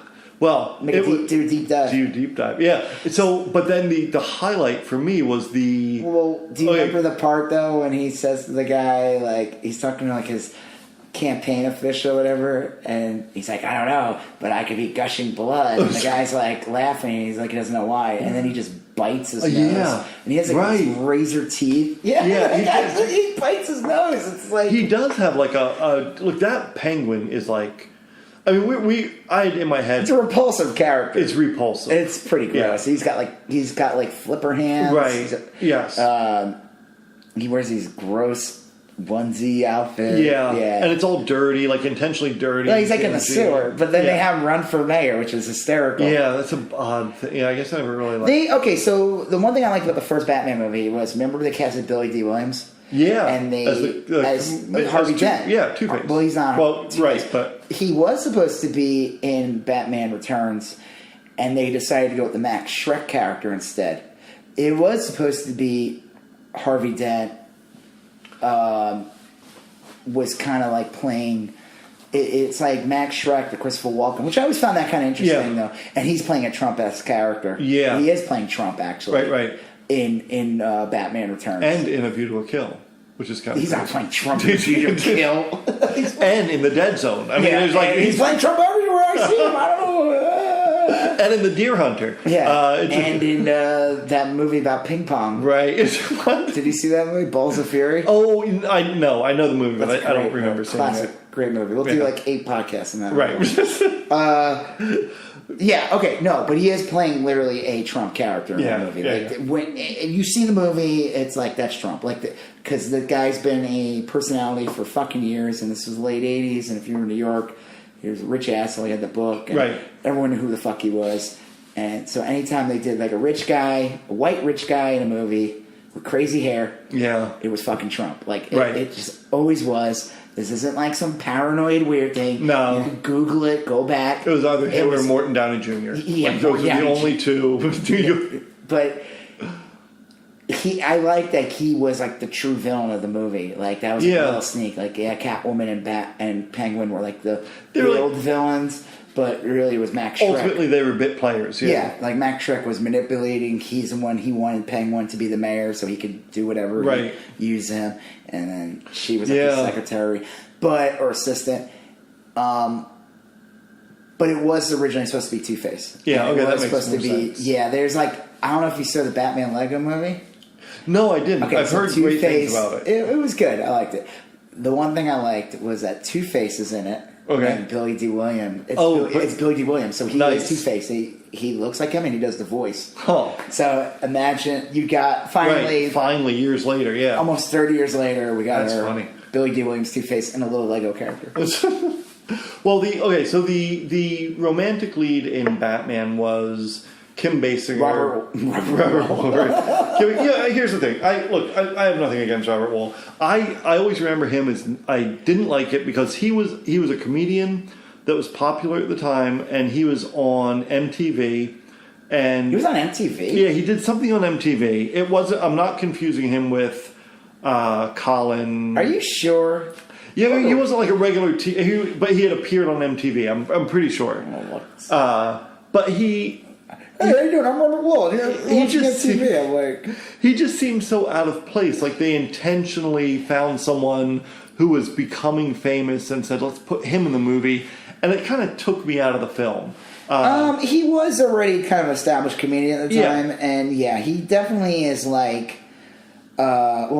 That character would have just been better off as played by nobody. You know what he did that was big before? He was in Bull Durham, Good Morning Vietnam. Okay. So he was in like a bunch of things, but man, I'm like, I don't see anything about him too. I could be wrong. Okay, I do remember him. He was an established comedian. Yeah, maybe it was on like what was that show where the comedian stood up in front of a brick wall and told jokes? Do you remember every '80s comedian? Yeah, well, yeah, but it was like night at the Improv or maybe. There's a TV show that featured comedians, and that's where I remember. Well, he does stick. Yes, he does stick out. He's supposed. I don't know what his point is. Who knows? I could see almost like he probably had more lines in the movie, and they edited him out. Yeah, it's kind of insignificant in the movie. I think he even like kind of disappears in the end. Yeah, nothing ever happens. He's just like he's Vicky Vale's like partner or like reporting like that. Like you can tell he's like pining for her, but obviously she's Bruce Wayne's. Yeah, and the famous thing is early in the movie they go to the mansion and they see all kinds of crazy things. It's where he says he's like the Wicker Man. Yeah. And so Michael Keaton as Bruce Wayne is awesome. He's a great amazing. Bruce Wayne. Yeah. Like the best is when they have the date. Yeah. With Batman. Oh, Bruce Wayne has a date with Vanessa Williams. Not Vanessa Williams. Mike Tyson's wife is Vanessa Williams. With Vicky Vale. And they're sitting at the table or something. Oh, yeah, and they're yeah. on the other side. Right. But then he like says something like, "I've never even been in this room before." Yeah. He's just looking around like, yeah. But he totally nails her. Well, He does. I mean, as a kid, I was like, "What's going on here?" And I'm like, yeah. Oh yeah, obligatory sex scene. well, I just remember in the Prince song, like one of the choruses or whatever is, Vicky Vale want to bust that body or something like that. And it's like, listen to I it love again. those old songs, Yeah. man. That's like so overly sexual, and Yes. people are like listening, and the kids are dancing to Right. it, and I'm like, you're listening to the lyrics. Yeah, and Prince is like, They're playing it yeah, over like Walgreens. Vicky like, Vale gonna want to bust that body or something Wow. like that, and Yeah, it was just like really out there. Raven Chi. Yeah, right. Well, I thought Do you remember Kim. when she wakes up and you see him dangling from, like his feet are dangling from the bar, like he's hanging upside down? Oh, okay. It's a pretty cool scene, but she's just like, what the Right. fuck? It's really bizarre. It was, that was a bizarre scene, and Kim Basinger was a big name at the time. She was Yeah. married to Alec Baldwin, and she was Yeah. kind of a power couple. Yeah, she was in a lot of stuff. Now, this is where I'm going to plead ignorance. Vicky Vale was a... She was a character in Yes. Batman. Yeah, she was. I wasn't familiar. I thought at first that she was made up for the... But I think in the 80s, early 80s, Yeah. whatever, she was considered one of, like, Batman's, like, girlfriends. Okay, Yeah, there yeah. were, like, a list of women that he was with. Sure. Over the years, they've just narrowed down to, like, just, like, two characters. Catwoman and Ra's al Ghul's daughter. Right, yes, yeah. Rachel Agul. I'm kidding. I just made that up. Yeah. Natasha something Agul. I don't know. Yeah. I should know this. It's Right, a ghoul. right. It's not ghoul. It's a ghoul. It's a Do you know what the most fucked up? Huh. Oh my god, this one's creepy as hell. So the Batman animated series, they do. Oh no, it wasn't the Batman animated series. It was Batman Beyond. Do you ever watch? Oh, yeah, Batman yeah. Beyond? So Batman Beyond does like That's the futuristic one, right? where Batman's an old man, and he has the kid. Yes, yeah. I've always thought it was awesome. So on the same team. And I liked it that Bruce Wayne was like an old man at this point, and he had like well, a it was robot like dog. the Batman Year One, right? Like that was Batman as an old man, wasn't it? The company. You talk about Dark Knight Returns. Oh, Dark Knight Returns. Yeah, I'm sorry. Yeah, well, that was. I'm talking about from a cartoon. This Yeah. came out after the Batman animated series in like the early '90s or like years after. It was like the series that came out after the Batman animated series, which is Batman animated series. was an amazing Right, and that's with cartoon. Mark Hamill as the Joker. Yeah, that's the one that came out when Batman Returns came out in the theater. The Batman, Yes. and they borrow a lot of the Tim Burton-ish look, like because the Penguin looks more like the Penguin from the Batman. Yeah. There's an episode where it's, Natalia Ghul. That all sounds right, but honestly, Okay, well, whatever. She comes back into Bruce Wayne's life, and she's young, younger, because she was in the resurrection pit. and she the Lazarus pit. Lazarus pit. Yeah. She tells Bruce to go in the pit. Oh, okay. And of course he does. Sure. And it's kind of a cool episode because you get to see him fight along with the kid. Yeah. That's Batman. Batman Beyond. I totally forgot his name. Sure. It's Batman Beyond. Billy. Yeah. Billy Batman. Billy Batman. My favorite character. Billy Batman. Yeah. And I mean, it's a cartoon, but he clearly sleeps with her. Yeah. Like there's no. But then it's revealed later on that it's actually Ra's al Ghul who went into the body of his daughter. Oh, that's And that's pretty. Yeah. That's and pretty. he's like, "I got you, Batman." I'm just like, yeah, that's weird. That got weird. I'm like, hey, you guys forgot that other scene, Right.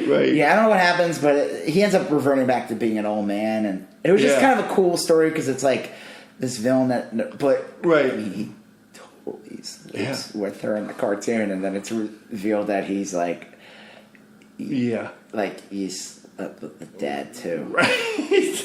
But like the dad who was like obsessed with you, being, Yeah. like he was always like obsessed with like him being like in the comics, on the movies, the comics, like he would be like his knight, and like he would be like they would have a kid, the daughter, and there would be like sire his like lineage, and he was like obsessed with like Batman, like he wanted him to be like his like his son-in-law, and like create an army of like assassins or whatever. Oh yeah, that's way crazy. But like, that cartoon was weird. So look that up, right? If you want to see, Ra's al Ghul has sex with Batman.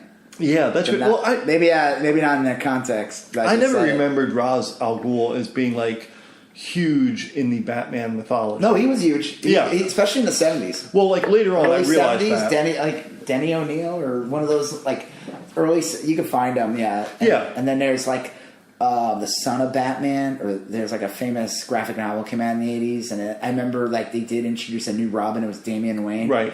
And I remember that graphic novel like shot up in value because of that, because it was considered. Oh, I'll bet. Because I was more into Batmite. Batmite, yeah. Do you remember Batmite? Yeah, he was like the Mr. Mistleplick of Yeah. Batman. He was a little imp. Yeah. Yeah. Right. Batman had, there's some craziness. Well, there's a lot of weird shit in Batman. Yeah. I mean, the character's been around for like 100 years. 80 years. It just celebrated 80 years. Okay. Like 2 months ago. Oh, okay, cool. So, I mean, I remember when the Batman movie came out, it was 50 years, probably around the 50th anniversary or something. And that was a big freaking deal. Yeah. And, I don't know. I mean, we could talk about I feel like we haven't talked about the movie too much. Yeah. Well, okay, what were you going to say? No, I don't know. I'm kind of... Yeah, it was. It's one of those things where, like, look, we could give you a plot summary, but most people have seen the Batman movie, the original one. Yeah. I guess it's just, looking back on it, it was just such a big cultural thing, And, like, the style, the way it flows. Okay, so, like, Joker's real name is Jack Napier. Jack Napier. Joker has never really been established of what the hell he is. Yeah. Who he was before he's the Joker. He was just like a force. He was the other half of Batman. Well, he was always like kind of like a mystery. Just Yeah. a crazy guy. The Joker, Killing Joke was like the closest thing to an origin story. Right. Where it was revealed he was like a failed comedian and like... Yeah. He's like, and then he gets tricked into wearing like a red hood. Right. And then like he gets kicked into the acid. And they're saying that's what the he finds new out Joker his wife, movie... Like his wife dies right before he goes on this crime spree. Yeah. He's being used to wear this red hood. And then he gets kicked into like the acid, Right. And then he comes out and he's like crazy, just like. Isn't that kind of where they're going with the new Joaquin Phoenix? I don't know what the hell that movie's going to be. I have no expectations for it. I'll bet you it'll be good. I bet you I won't love it, but I'll bet you it'll be pretty good. I have no idea. We'll see. I'm trying to like not think Pretend about it. that. Yeah. Well, I don't know. Look, the Batman movie was just such a big deal, and I think it's clearly the bridge or the starting point for all the modern superhero movies. Yeah, there's a couple of funny scenes in that movie with Joker where like, because like Jack Palance is in it. Oh yeah, and he plays like Jack Napier's like boss in that. Right. And then when Joker comes out, after Jack Napier gets kicked in the ass, he gets shot in the face first. Right. Batman kicks him into the acid, and then he goes like a weird surgeon. Right. Well, like a surgeon who's like, listen, I couldn't do anything about it. And he just starts laughing. So, and his face was bleached white. Yep. But there's a scene where they show him where he paints his face like normal, but he still has like the crazy face. Oh, yeah, I remember that. It's so funny. I think that's at the museum. That's a great scene where they're like painting the museum, and then he's like, there's a Francis Bacon painting, I think, and he's like, they're about to destroy it, and he's like, no, Lawrence, or something. Right. No, Bob the goon. He's like, not that one. That one's great as is. Like, leave that one alone. That scene's awesome. That's like a great. They walk in with like a boombox. They're playing a Prince song. Yeah, that's such a good scene. But there's some lines in that movie, like when he's with Bob the Goon and he's kind of reenacting Jack Palance, because Jack Palance says to him, like, you and I, you Jack, my number one, and I, and then he says the same thing, and I'm like, I don't even understand. Wait, so he says, you Bob are my number one, and I? Yeah. Like, I what? It's a weird one, yeah. And then, yeah. Well, you didn't like the fact that they made... Yeah, well, there's another scene where it's just like a weird in-between, like, he's already the Joker, and he's already starting to get the Smilex gas around people. Like, that was like the big thing, is he has the gas that's going to turn everybody crazy. Like, there's a really funny scene throughout the movie with the reporters. Like, you see reporters, and then there's scenes later where they can't wear makeup. Right, and they're hating life. And they look hideous. Right. They just look hideous, like their hair. Like, it's really fucking funny. The detail behind that is they look miserable. It was like there's like moles they didn't have before. Like, it shows you how much makeup they put on these people before they go on camera. Yeah. Do you remember when HD TV became big? Yeah. And, like, a lot of local newscasters were freaking out because like they had relied on camera tricks basically to hide makeup lines. Yeah. Oh, you're also age and yeah. And like, well, the one thing was funny though. I think what they said, like, TV added 10 pounds and the HD took those 10 pounds away. So that excuse doesn't exist anymore. Right. So there's a scene where the Joker is by himself and he's like talking. He's like, "This town needs an enema." Yes. And then all of a sudden he's like, "Boo." He's looking around. And he's like, "Whoa." And he's like, that's like the weirdest scene. Yeah. Oh man, that scene is so fucking bizarre. And I don't know. I love that movie. I mean, the scene where he's like, "Money, money, money. Who wants money?" When they do the parade with the balloons. Oh yeah. The balloons have the smile like gas. Right. There are so many great scenes in there. I guess maybe that's like a good way of saying it is, if you asked me to repeat the plot of that movie, I don't know that I could do it, like justice. But man, I can tell you like 30 of the scenes that were super memorable. So, the one thing I hate about the movie, and I'm going to talk about it. Yep. There's a scene, this is like towards the end, Joker's already a threat. Yes. And he's starting to realize who he is.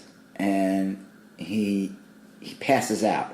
And this is so you do get Batman's origin, but you get it later in the movie when he's like passed out at his computer or whatever. Right. And he realizes it's him with his parents as a little kid. And a man comes out. Oh, because I think he hears the Joker say, "You ever danced by the devil with the pale moonlight?" Yeah, have you ever danced with the devil by the pale moonlight? Yeah, he hears the Joker say that to him, maybe at the museum or something. He says it one somewhere. of the conversations he has with him. So he has that. And then you see a guy come out as an actor. They got to play a young Jack Nicholson, and it's clearly him. It's clearly supposed to be a young Jack Napier, right? Who looks like, and again, not to bring up Trump again, but he does look like Eric Trump. Oh, does he? I don't remember what not he looks Donald like. Trump Jr., the other one, the tall one. Yeah, blonde hair. Right, yes. One. You look like, and he's like, he says it as he's about to kill his parents. "Do you ever dance? Hey kid, do you ever dance by the devil with the pale moonlight?" And so then he realizes like it was the Joker that killed his parents. It was Jack Napier, the Joker, and which is not canon at all. Well, it's not. Regardless of, I hated it. I thought it was like, it was just unnecessary. I think like it didn't. I don't think it needed the drama of like, you didn't need that conflict of him killing his parents to like. For Batman as a hero, he was going to stop him anyway. Yeah, he didn't need more motivation. It was like I'm like, I'm wondering if the studio did that.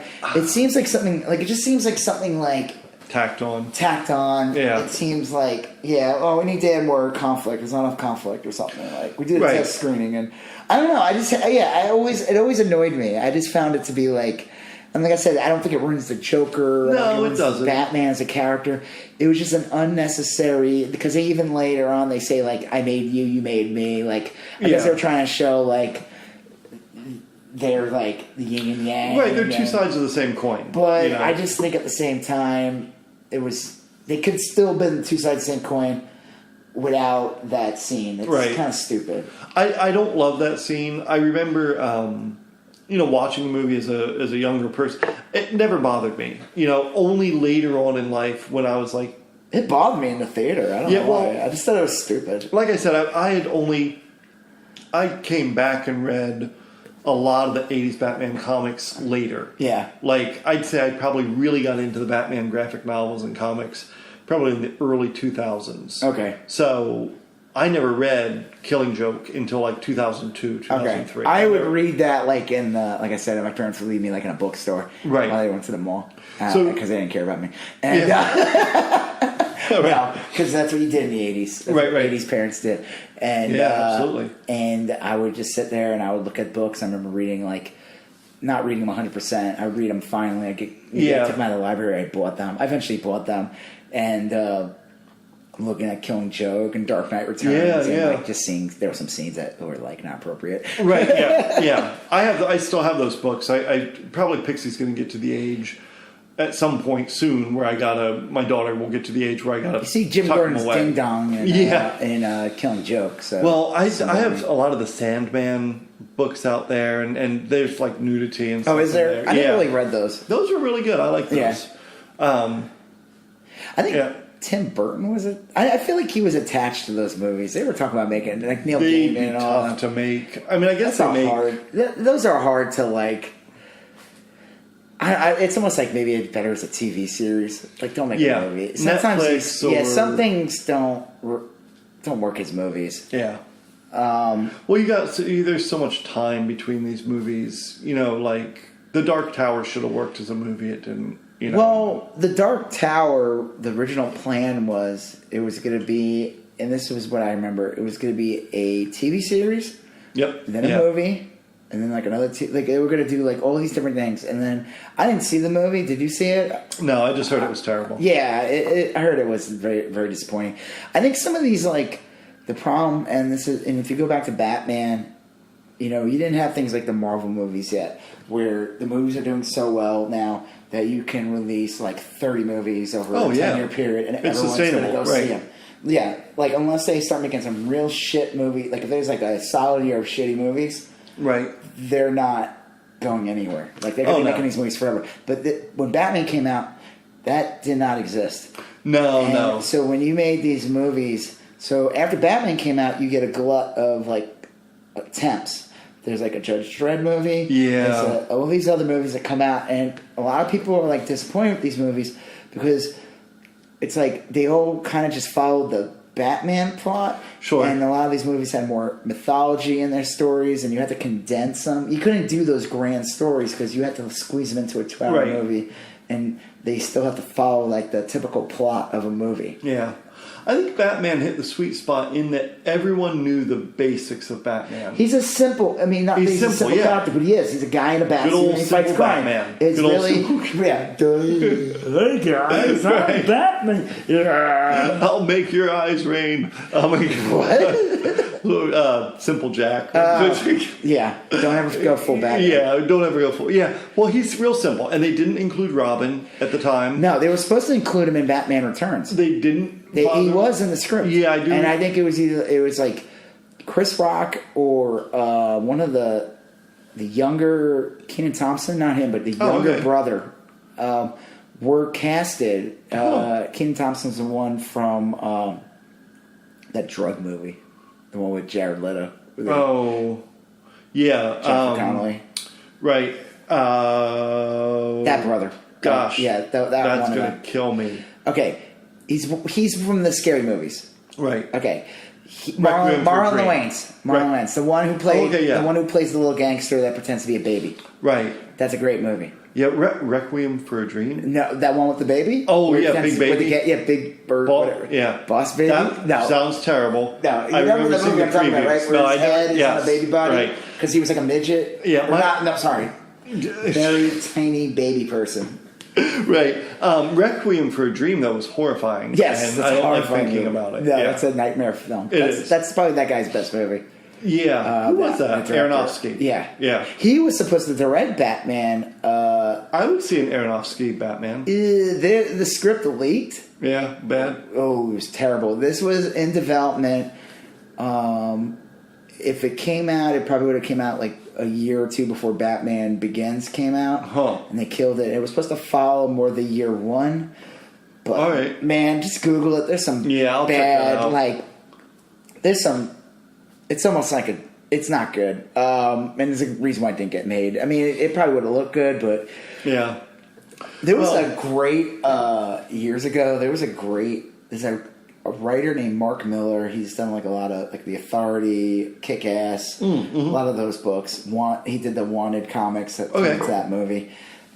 Kingsman. Oh, okay, I think he wrote it. It was a April Fool's joke that went around like almost 20 years ago, or early 2000s. Right. It was the lost script, Orson Welles' Batman. Oh shit! Okay. And they created this like Orson Welles was going to make a Batman movie. Right. And you think about it, you're like, wow, that actually makes sense. I can see it happening, and, like, it was going to be in, like, the early 40s. Like a Touch of Evil type of... And, like, they showed, like, him, these sketches that looked like the Da Vinci sketches. Okay. Like, they were using that as reference. And people fucking ate it up, and they believed it. And it was revealed that it was an April Fool's joke. Yeah. And it was kind of funny, too, because Orson Welles is famous for that hoax, War of the Worlds, yeah. Right. So, yeah, but thinking back at that now, like, that could have been kind of cool. An Orson Welles Batman movie. I 100% would see it. You know, Batman is one of those properties where... Or maybe Orson Welles as Batman, like mid to late 70s Orson Welles, where he's like really fat and he talks about... Yeah, well, and he's like, you can just see like this old man on a bed and he's like gripping a snow globe and he's like, Batmobile. Yeah, you know, Batmobile, right. No, look, Batman's one of those properties I think that like really lends itself to like high art and low art. And I don't think there's a lot of properties that work like that. Like he's something that I would say he definitely, you know, Superman's always been kind of tough. They tried going dark with him. It didn't work. It didn't work. Man of Steel. I feel like they finally got it right with Justice League, but the movie didn't do that great. So I like Justice League, but yeah. But I mean, from a financial thing, it didn't do well that they were going to do like a ton of movies after that. It's too bad because I feel like they finally nailed Superman, right? Superman's always supposed to be, like, Superman is a character that should not be treated, like, you could have dark moments. Sure, yeah. But he should always be, like, fighting galactic things. Or like, just bigger threats. Batman's one of those characters that, you can do, like, deal with psychological. Right. To, like, very light. Well, think about it. Like, think of Adam West doing the Batusi. You know, the bat-inspired Watusi dance on a beach. That's awesome. Do you remember Batman when they do the beach and he's wearing shorts over his outfit and the Joker's wearing... That's amazing. And then... Is it? It is, yes. Yeah, it is. Unabashedly. Yeah. But then you can also have, like, the Batman Arkham Asylum graphic novel. Which is, like... dark as fuck. Dark as all crazy. And it's all painted. Beautifully drawn and super adult. And they not in a Ron not in a Pee-wee's way. It's not Pee-wee's Yank Fest. Well, but both work super well, and they work kind of independently of one another, but they come from the same reference points. But like, are you going to make a dark, gritty Shazam? No. Well, but they kind of did. Yeah. Well, there's elements that were dark, but if you looked at that. How they did Shazam, that's how Superman should have been. Yeah. Like, Superman should have been just like Shazam. Like, you could have had that lightheartedness, not like, he's not a kid, so he wouldn't be goofy like that, but you could have had just those bright colors, a bright color outfit, and then have those dark elements. Yeah. And then, you know, and it works. I thought Shazam was a great movie, but I love Shazam. Yeah. I was talking about that today to Brandon, this guy I know, and he... My brother's name's Brandon. Oh, really? No, it's not your brother. That would be very weird. But he was saying, like, because he wasn't super familiar with the DC, with Shazam. Yeah. And he's like, well, what is Shazam in the Marvel universe? And I couldn't really... You're probably like, nothing, because he's in the DC universe. Well, no, he said, like, if Shazam had an analog in the Marvel universe, who would it be? And I was like, I don't know. Personality-wise, kind of Spider-Man-ish, you know, like in the current movie. Doctor Strange and like... He said Doctor Strange. Because of the wizard thing. No, well, because of the magic element. Oh, yeah. But I would say the one in the movies definitely played more in the superhero element. It feels like a Spider-Man character, even though the powers aren't Spider-Man merged with Superman. Yeah. I don't know. Well, back to... But Batman works any way you want it. Yeah. Batman can be a deeply literary, highbrow, psychological portrait. Near. How do you say it? Noir. Yeah, it could look. It could be, or it could be. It could be just some dopey fun, and that's like what's great about Batman. And I think the Batman, the 1989 Batman, was like a nice. It does have some goofiness to it. It has some goofiness to it too. But it's done well. Yeah, it's not cheesy. It's not played for laughs. So Batman Returns comes out, and it was really super dark. Mm-hmm. It was darker. Batman... There's some criticism, like... Well, I always love Michael Keaton's freak out in the first Batman movie it's when the Joker shows up, I think, at Vicky Vale's house or something. Oh, okay, yeah. And he's in Bruce Wayne mode, and I guess Joker shoots him, but he's wearing like a he's wearing the tray or something over him. But there's that scene where he grabs he's like, you want to see nuts? Let's get nuts. Right. It's like the best part, and you forget about that. You're like, oh, that's kind of weird. Yeah. Well, that Joker was like. Right. Would he say something like that? Like it can't, like he's only the crazy one or something? Yeah. That was a great scene. I got to go back and rewatch that scene. I had forgotten. Good thing we talked that. about this movie before. We watched it. We'll talk about it. Hey guys, listen to this conversation. You say go rewatch Batman because we're gonna go rewatch it. It was I rewatched a bunch of scenes on YouTube over the last week. Here and there I'd watched scenes. He was on Saturday Night Live recently. It was like people that were arrested, and it was Julian Assange, and I realized Michael Keaton was playing him.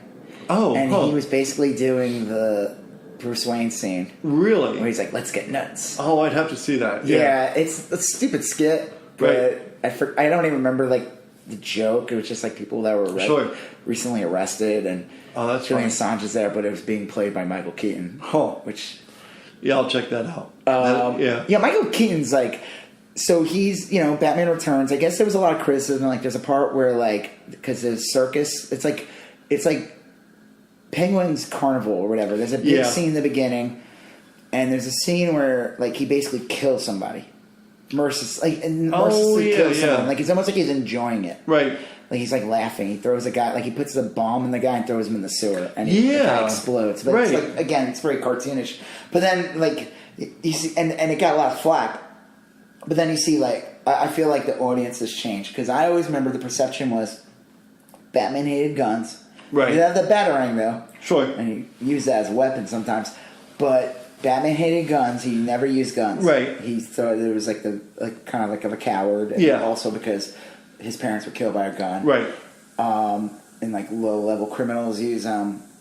But then, like, Batman Superman comes out, or not even the new Batman movies come out. Aren't there like fucking guns on the Batmobile? Yeah, I think he has machine guns. Yeah, I always love that. Like, people forget that element. Right. Like, what I always thought made Batman great was that he never used those weapons. Like, right. He was all about, like. Well, he was the world's greatest detective. Right. But, like, for a long, it seems to me as like a Batman layperson. That they kind of rotate, like at times Batman is a superhero. Yeah. And then they go back to Batman He's a being ninja. Like, yeah. Well, yeah. He's like a ninja. But often he'll be a detective. Yeah. And there's some good parts of Batman Superman where he is like Bruce Wayne is a detective. There's some great parts about the Batman video games where he's like basically a detective. Yeah. And he's a detective even in the Batman movies that show him in the Batcave and everything. My favorite scene in Batman Returns, though, is when he exposes the Penguin. Yeah. He plays back, like the Penguin's giving a speech because he's running for mayor. Oh, and he's doing really well. Right. And they play back, like him talking behind the scenes, like those stupid people about him.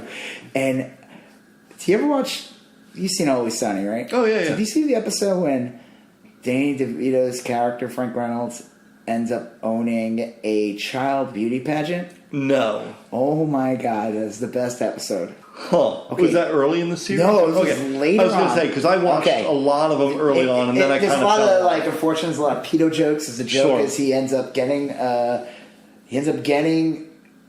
children's beauty pageant. And and there's pedo jokes in it? That's right, I know, right? That's crazy. But he makes a joke because I guess the guy who owned it basically got arrested. And he kept on saying, like, he had to keep saying, there's no pedophile, there's no pedo. Like, you have to, like, and it just makes it so much worse. But something happens in the beginning of the episode where he breaks his nose. Okay. And then he's like, and it's like a scene where he's gushing blood. Like, the whole episode ends up just being references to the Batman Returns. I gotta see that. Because the joke is later on he needs to, like, look better because he's hosting it. Sure.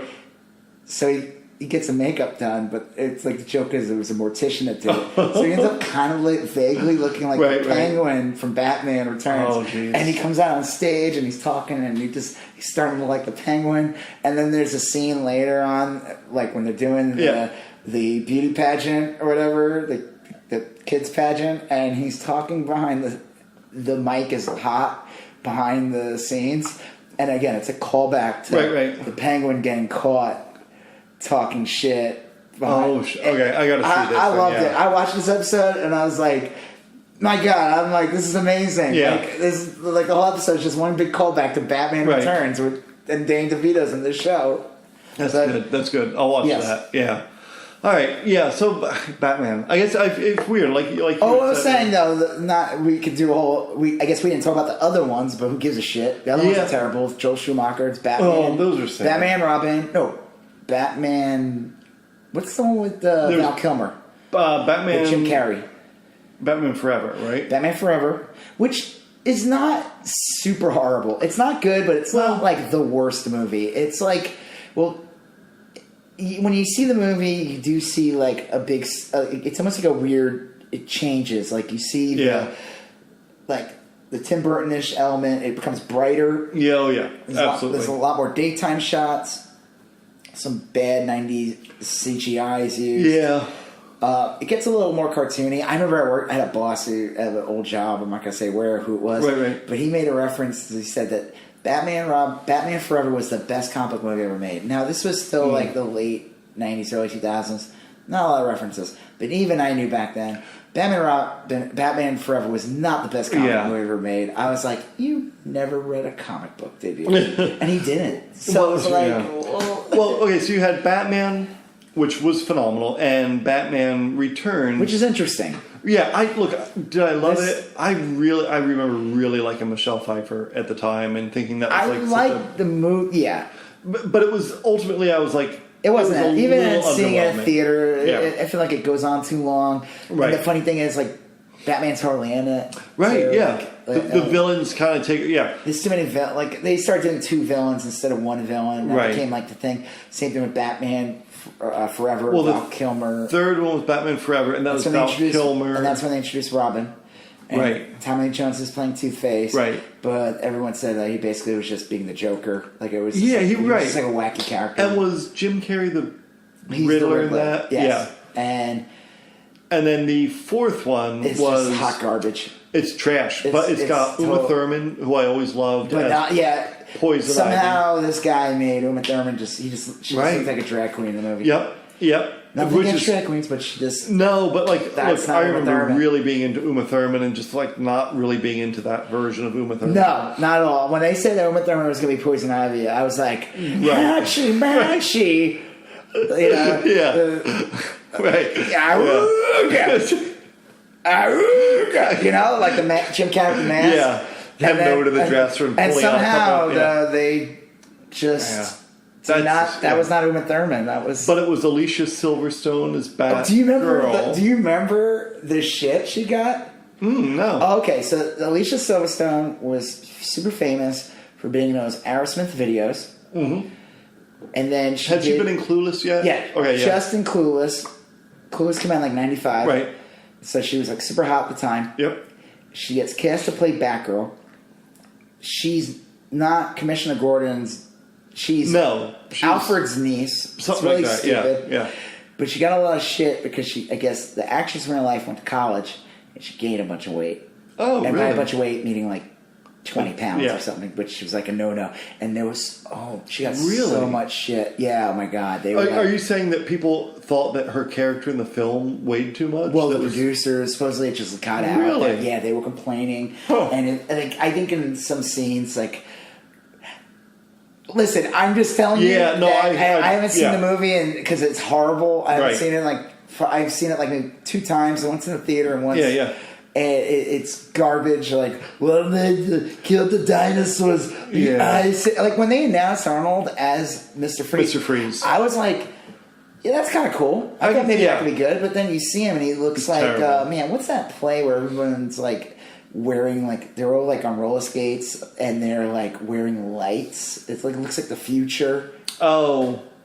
You know what I'm talking about, right? Yeah. It's like a famous play, Starlight Express. Okay, yes, right. That's I was going to say Tron on Ice, but it's not Tron pretty on much Ice. is what Starlight Express was.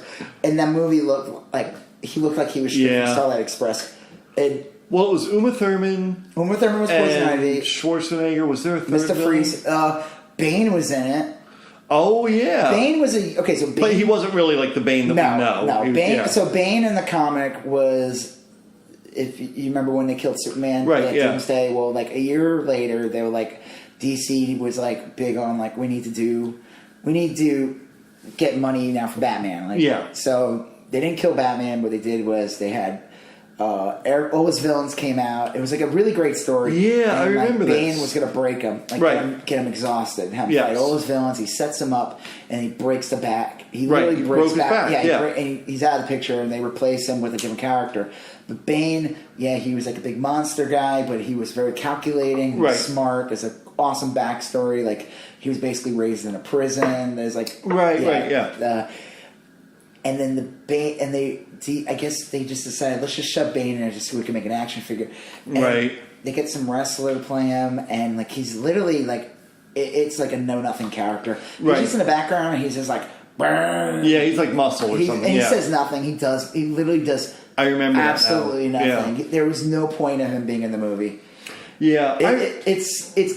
But like we were saying, like if their attempt was to make Batman not cheesy in the first Batman movie, it went full. They went full circle. They're back on the beach. But not even full circle. They like did full circle and they spin it off 400 times because at least there was like something. Those Batman shows in the 60s had that you appreciate them. These were not.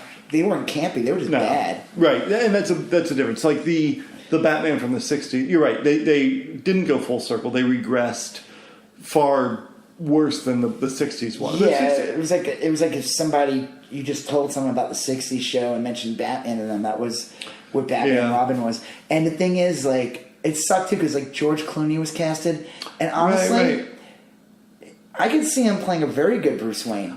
He was totally wasted. Yes, I love Clooney. In almost anything he's in, I like George Clooney. And he's hardly in the movie because there's so many characters.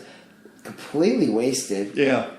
I mean, they bring up like it was bad. But you're right. Like casting Batman is tough because you do need a credible Bruce Wayne. When you go from Batman. Michael Keaton to Val Kilmer, that's a very big jump. Yeah.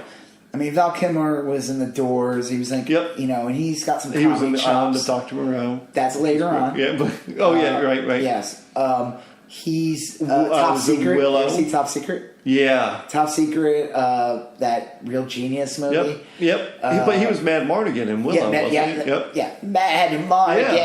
There was a goat talking.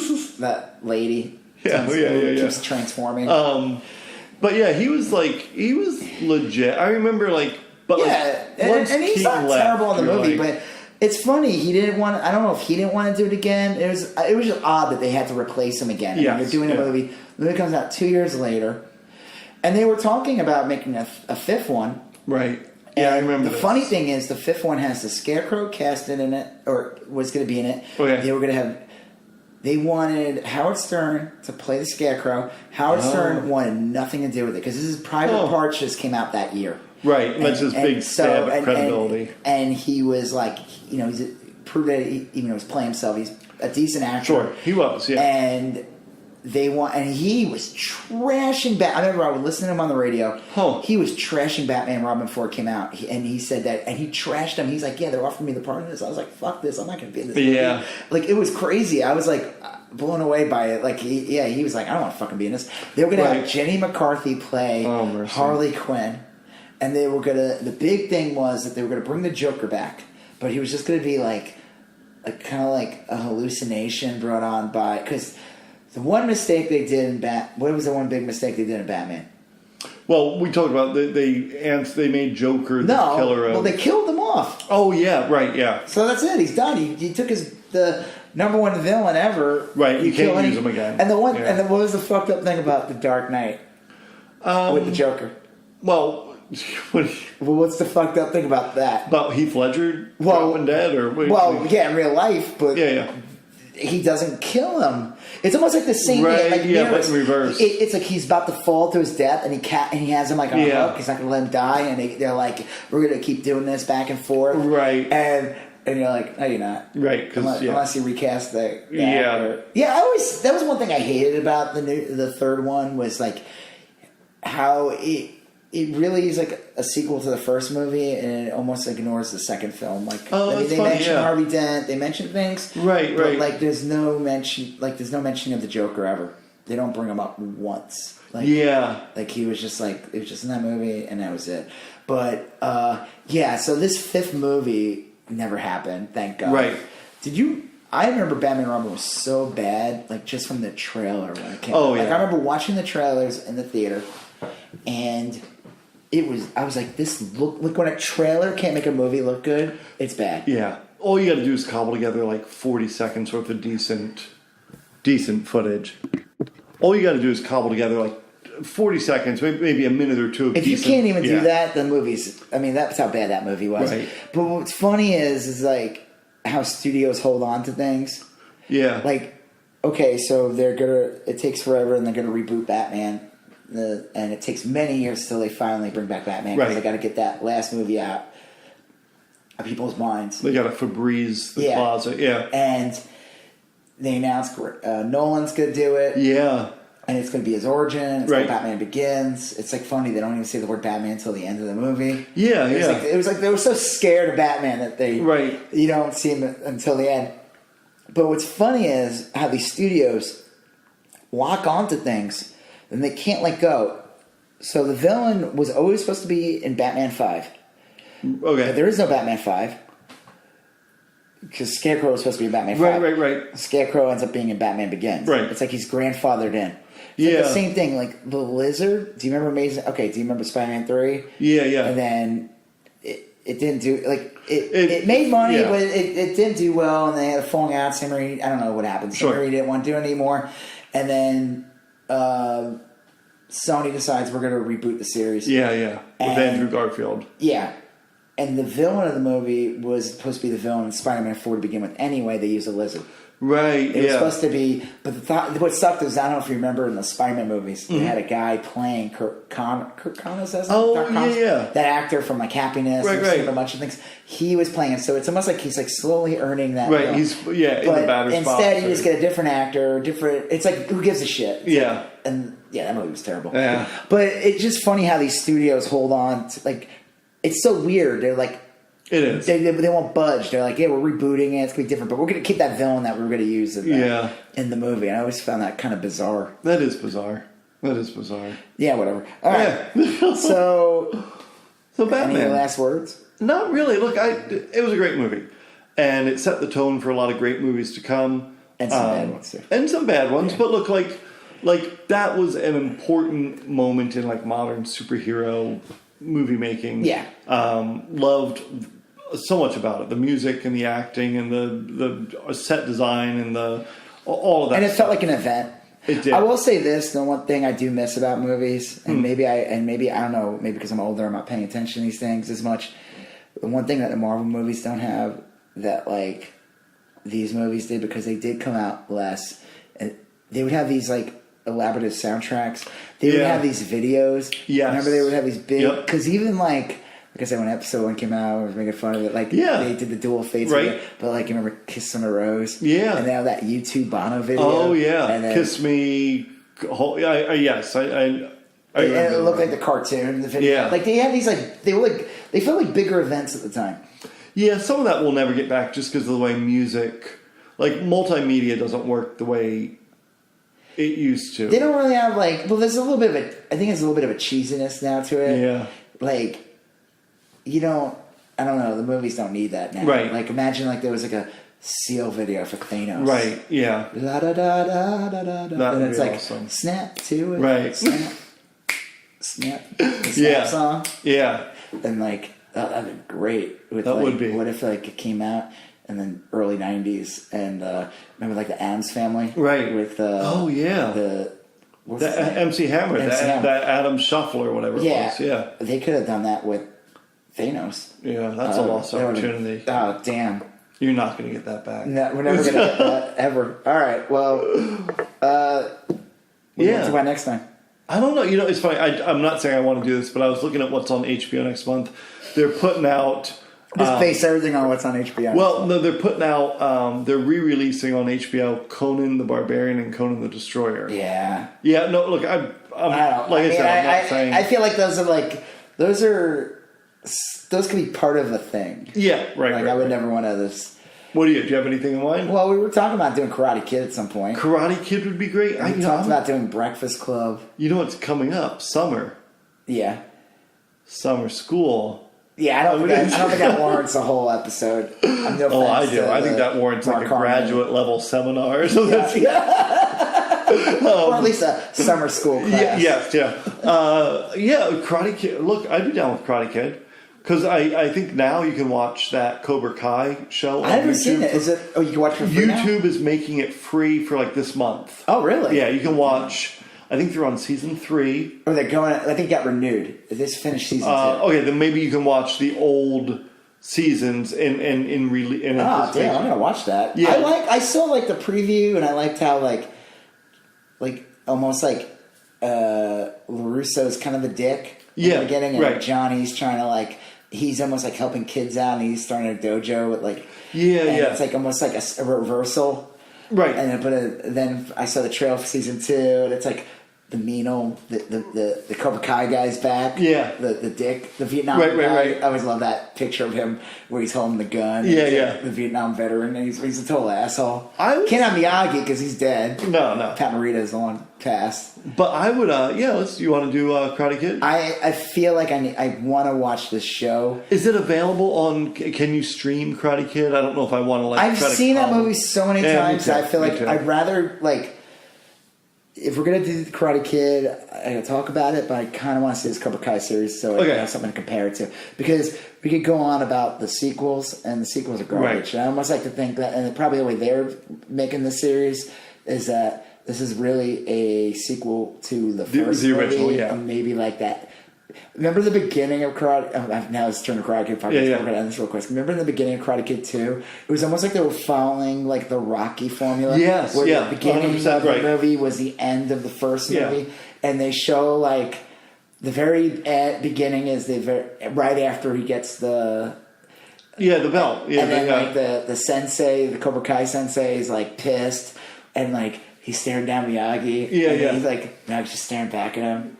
It's so fun. Yeah. And then he moves out of the way real quick, and he punches the car window, and he fucks up his hand, and does it again. Yeah, I love it. Okay, let's tentatively plan on doing it. If that doesn't work out, we always got Forrest Gump. Oh my god, we can always talk about Forrest Gump. We'll figure something out. Let's lean towards Karate Kid. Talk about Pee-wee Herman and the spank. The spank and wink.